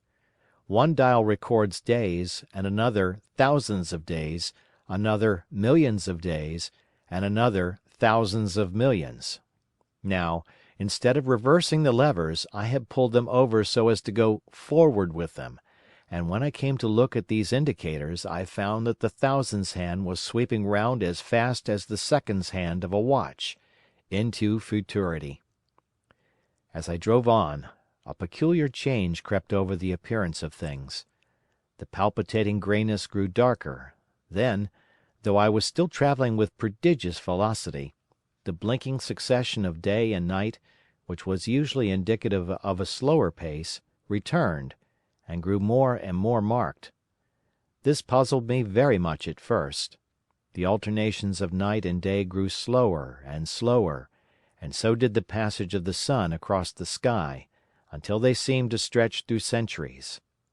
At last a steady twilight brooded over the earth, a twilight only broken now and then when a comet glared across the darkling sky. The band of light that had indicated the sun had long since disappeared, for the sun had ceased to set. It simply rose and fell in the west, and grew ever broader and more red. All trace of the moon had vanished. The circling of the stars, growing slower and slower, had given place to creeping points of light. At last, some time before I stopped, the sun, red and very large, halted motionless upon the horizon, a vast dome glowing with a dull heat, and now and then suffering a momentary extinction. At one time it had for a little while glowed more brilliantly again, but it speedily reverted to its sullen red heat. I perceived by this slowing down of its rising and setting that the work of the tidal drag was done. The earth had come to rest with one face to the sun, even as in our own time the moon faces the earth. Very cautiously, for I remembered my former headlong fall, I began to reverse my motion. Slower and slower went the circling hands until the thousandth one seemed motionless, and the daily one was no longer a mere mist upon its scale. Still slower, until the dim outlines of a desolate beach grew visible. I stopped very gently and sat upon the Time Machine, looking round. The sky was no longer blue. Northeastward it was inky black, and out of the blackness shone brightly and steadily the pale white stars. Overhead it was a deep Indian red and starless, and southeastward it grew brighter to a glowing scarlet where, cut by the horizon, lay the huge hull of the sun, red and motionless. The rocks about me were of a harsh reddish color, and all the trace of life that I could see at first was the intensely green vegetation that covered every projecting point on their southeastern face. It was the same rich green that one sees on forest moss or on the lichen in caves, plants which like these grow in a perpetual twilight. The machine was standing on a sloping beach. The sea stretched away to the southwest, to rise into a sharp, bright horizon against the wan sky. There were no breakers and no waves, for not a breath of wind was stirring. Only a slight oily swell rose and fell like a gentle breathing, and showed that the eternal sea was still moving and living. And along the margin where the water sometimes broke was a thick incrustation of salt, pink under the lurid sky. There was a sense of oppression in my head, and I noticed that I was breathing very fast. The sensation reminded me of my only experience of mountaineering, and from that I judged the air to be more rarefied than it is now. Far away up the desolate slope I heard a harsh scream, and saw a thing like a huge white butterfly go slanting and fluttering up into the sky, and circling, disappear over some low hillocks beyond. The sound of its voice was so dismal that I shivered and seated myself more firmly upon the machine. Looking round me again, I saw that, quite near, what I had taken to be a reddish mass of rock was moving slowly towards me. Then I saw the thing was really a monstrous crab-like creature. Can you imagine a crab as large as yonder table, with its many legs moving slowly and uncertainly, its big claws swaying, its long antennae, like carters' whips, waving and feeling, and its stalked eyes gleaming at you on either side of its metallic front? Its back was corrugated and ornamented with ungainly bosses, and a greenish incrustation blotched it here and there. I could see the many palps of its complicated mouth flickering and feeling as it moved. As I stared at this sinister apparition crawling towards me, I felt a tickling on my cheek as though a fly had lighted there. I tried to brush it away with my hand, but in a moment it returned, and almost immediately came another by my ear. I struck at this, and caught something thread-like. It was drawn swiftly out of my hand. With a frightful qualm I turned, and I saw that I had grasped the antenna of another monster crab that stood just behind me. Its evil eyes were wriggling on their stalks, its mouth was all alive with appetite, and its vast ungainly claws, smeared with an algal slime, were descending upon me. In a moment my hand was on the lever, and I had placed a month between myself and these monsters. But I was still on the same beach, and I saw them distinctly now as soon as I stopped. Dozens of them seemed to be crawling here and there, in the sombre light, among the foliated sheets of intense green.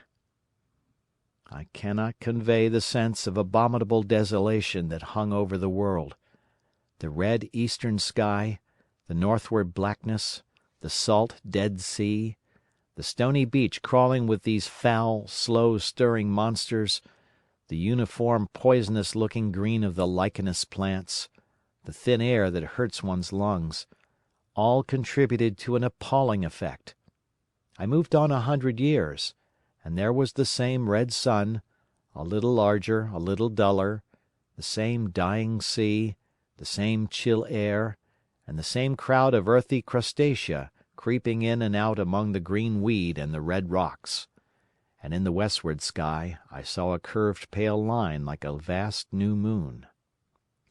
So I travelled, stopping ever and again, in great strides of 1,000 years or more, drawn on by the mystery of the earth's fate, watching with a strange fascination the sun grow larger and duller in the westward sky, and the life of the old earth ebb away. At last, more than 30 million years hence, the huge red-hot dome of the sun had come to obscure nearly a tenth part of the darkling heavens.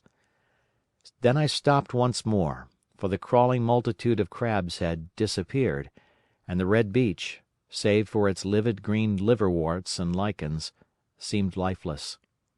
And now it was flecked with white. A bitter cold assailed me. Rare white flakes ever and again came eddying down. To the northeastward, the glare of snow lay under the starlight of the sable sky, and I could see an undulating crest of hillocks, pinkish white. There were fringes of ice along the sea margin, with drifting masses further out, but the main expanse of that salt ocean, all bloody under the eternal sunset, was still unfrozen. I looked about me to see if any traces of animal life remained. A certain indefinable apprehension still kept me in the saddle of the machine, but I saw nothing moving, in earth or sky or sea. The green slime on the rocks alone testified that life was not extinct. A shallow sandbank had appeared in the sea, and the water had receded from the beach. I fancied I saw some black object flopping about upon this bank, but it became motionless as I looked at it, and I judged that my eye had been deceived, and that the black object was merely a rock. The stars in the sky were intensely bright, and seemed to me to twinkle very little. Suddenly I noticed that the circular westward outline of the sun had changed, that a concavity, a bay, had appeared in the curve. I saw this grow larger.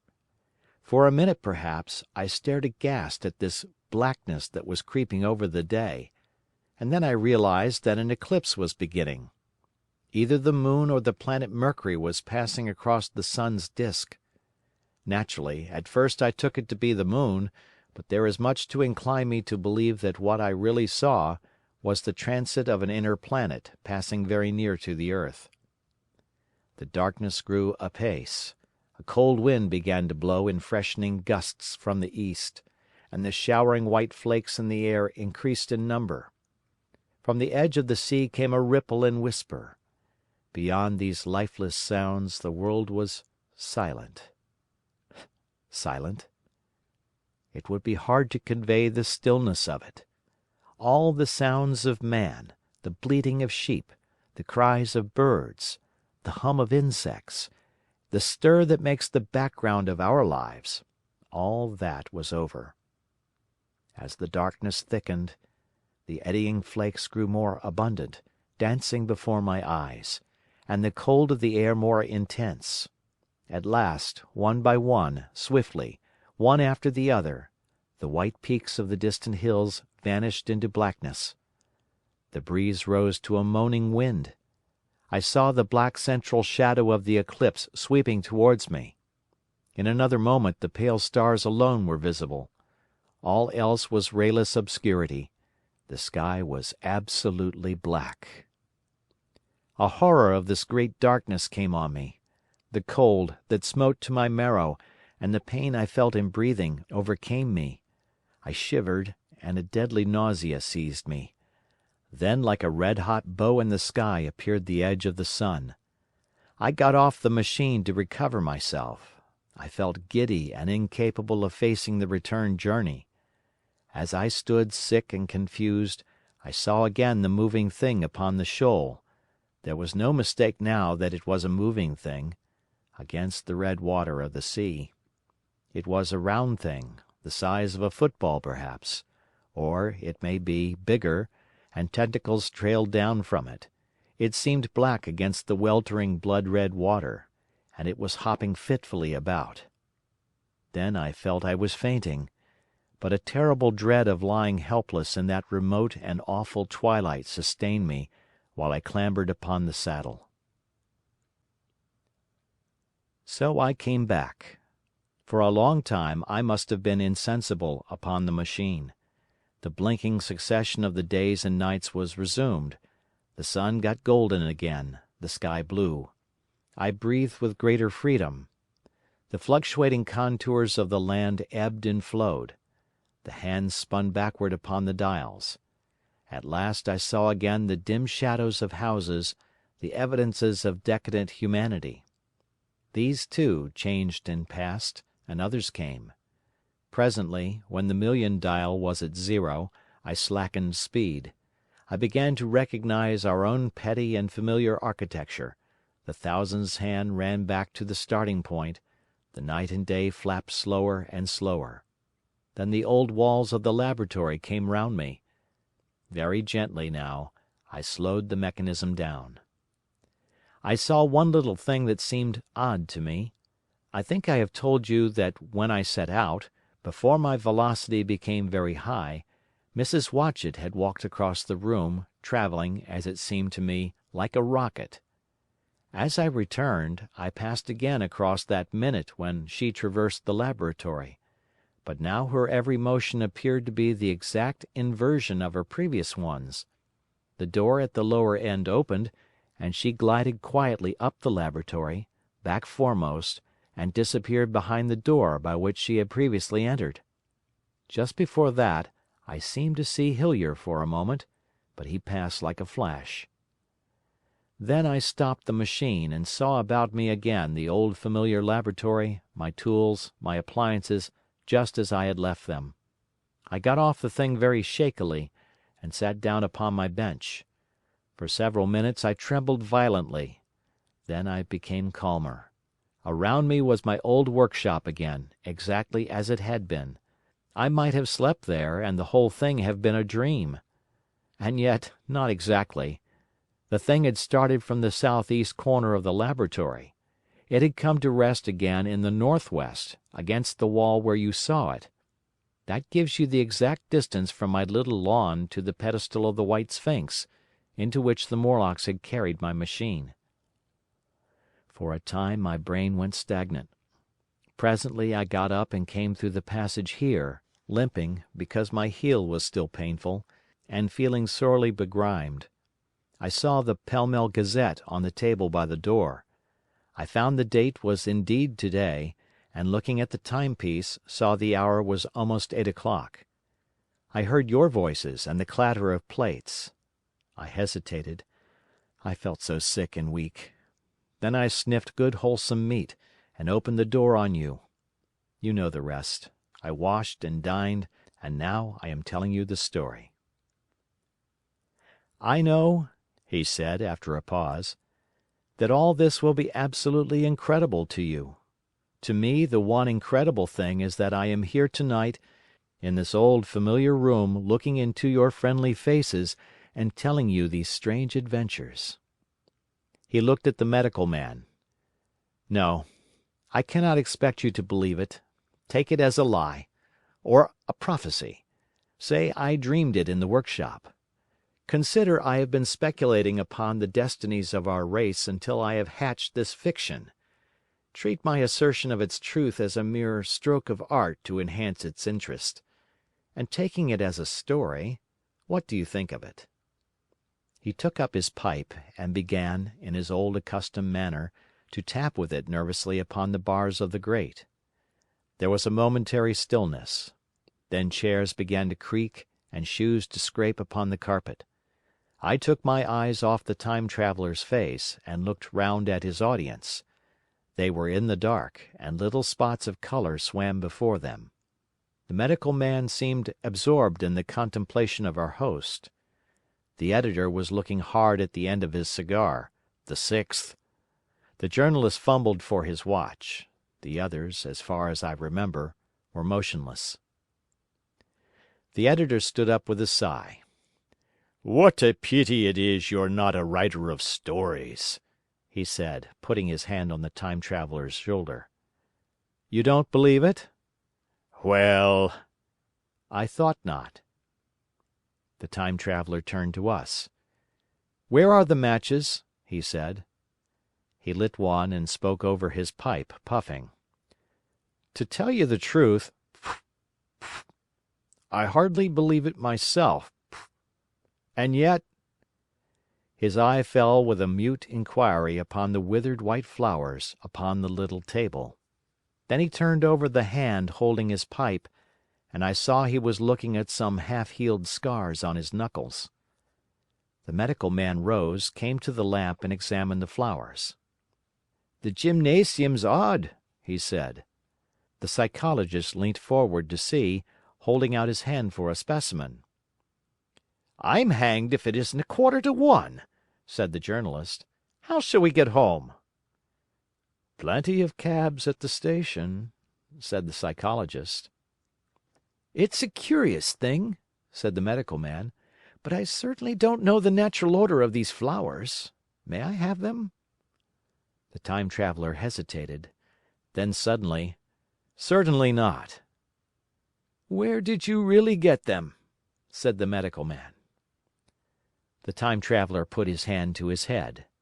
He spoke like one who was trying to keep hold of an idea that eluded him. "They were put into my pocket by Weena, when I traveled into time." He stared round the room. "I'm damned if it isn't all going. This room and you and the atmosphere of every day is too much for my memory. Did I ever make a time machine, or a model of a time machine? Or is it all only a dream? They say life is a dream, a precious poor dream at times, but I can't stand another that won't fit. It's madness. And where did the dream come from? I must look at that machine, if there is one." He caught up the lamp swiftly and carried it, flaring red, through the door into the corridor. We followed him. There, in the flickering light of the lamp, was the machine, sure enough, squat, ugly, and askew. A thing of brass, ebony, ivory, and translucent glimmering quartz. Solid to the touch, for I put out my hand and felt the rail of it, and with brown spots and smears upon the ivory, and bits of grass and moss upon the lower parts, and one rail bent awry. The time traveler put the lamp down on the bench, and ran his hand along the damaged rail. "It's all right now," he said. "The story I told you was true. I'm sorry to have brought you out here in the cold." He took up the lamp, and, in an absolute silence, we returned to the smoking room. He came into the hall with us and helped the editor on with his coat. The medical man looked into his face and, with a certain hesitation, told him he was suffering from overwork, at which he laughed hugely. I remember him standing in the open doorway, bawling good night. I shared a cab with the editor. He thought the tale a gaudy lie. For my own part I was unable to come to a conclusion. The story was so fantastic and incredible, the telling so credible and sober.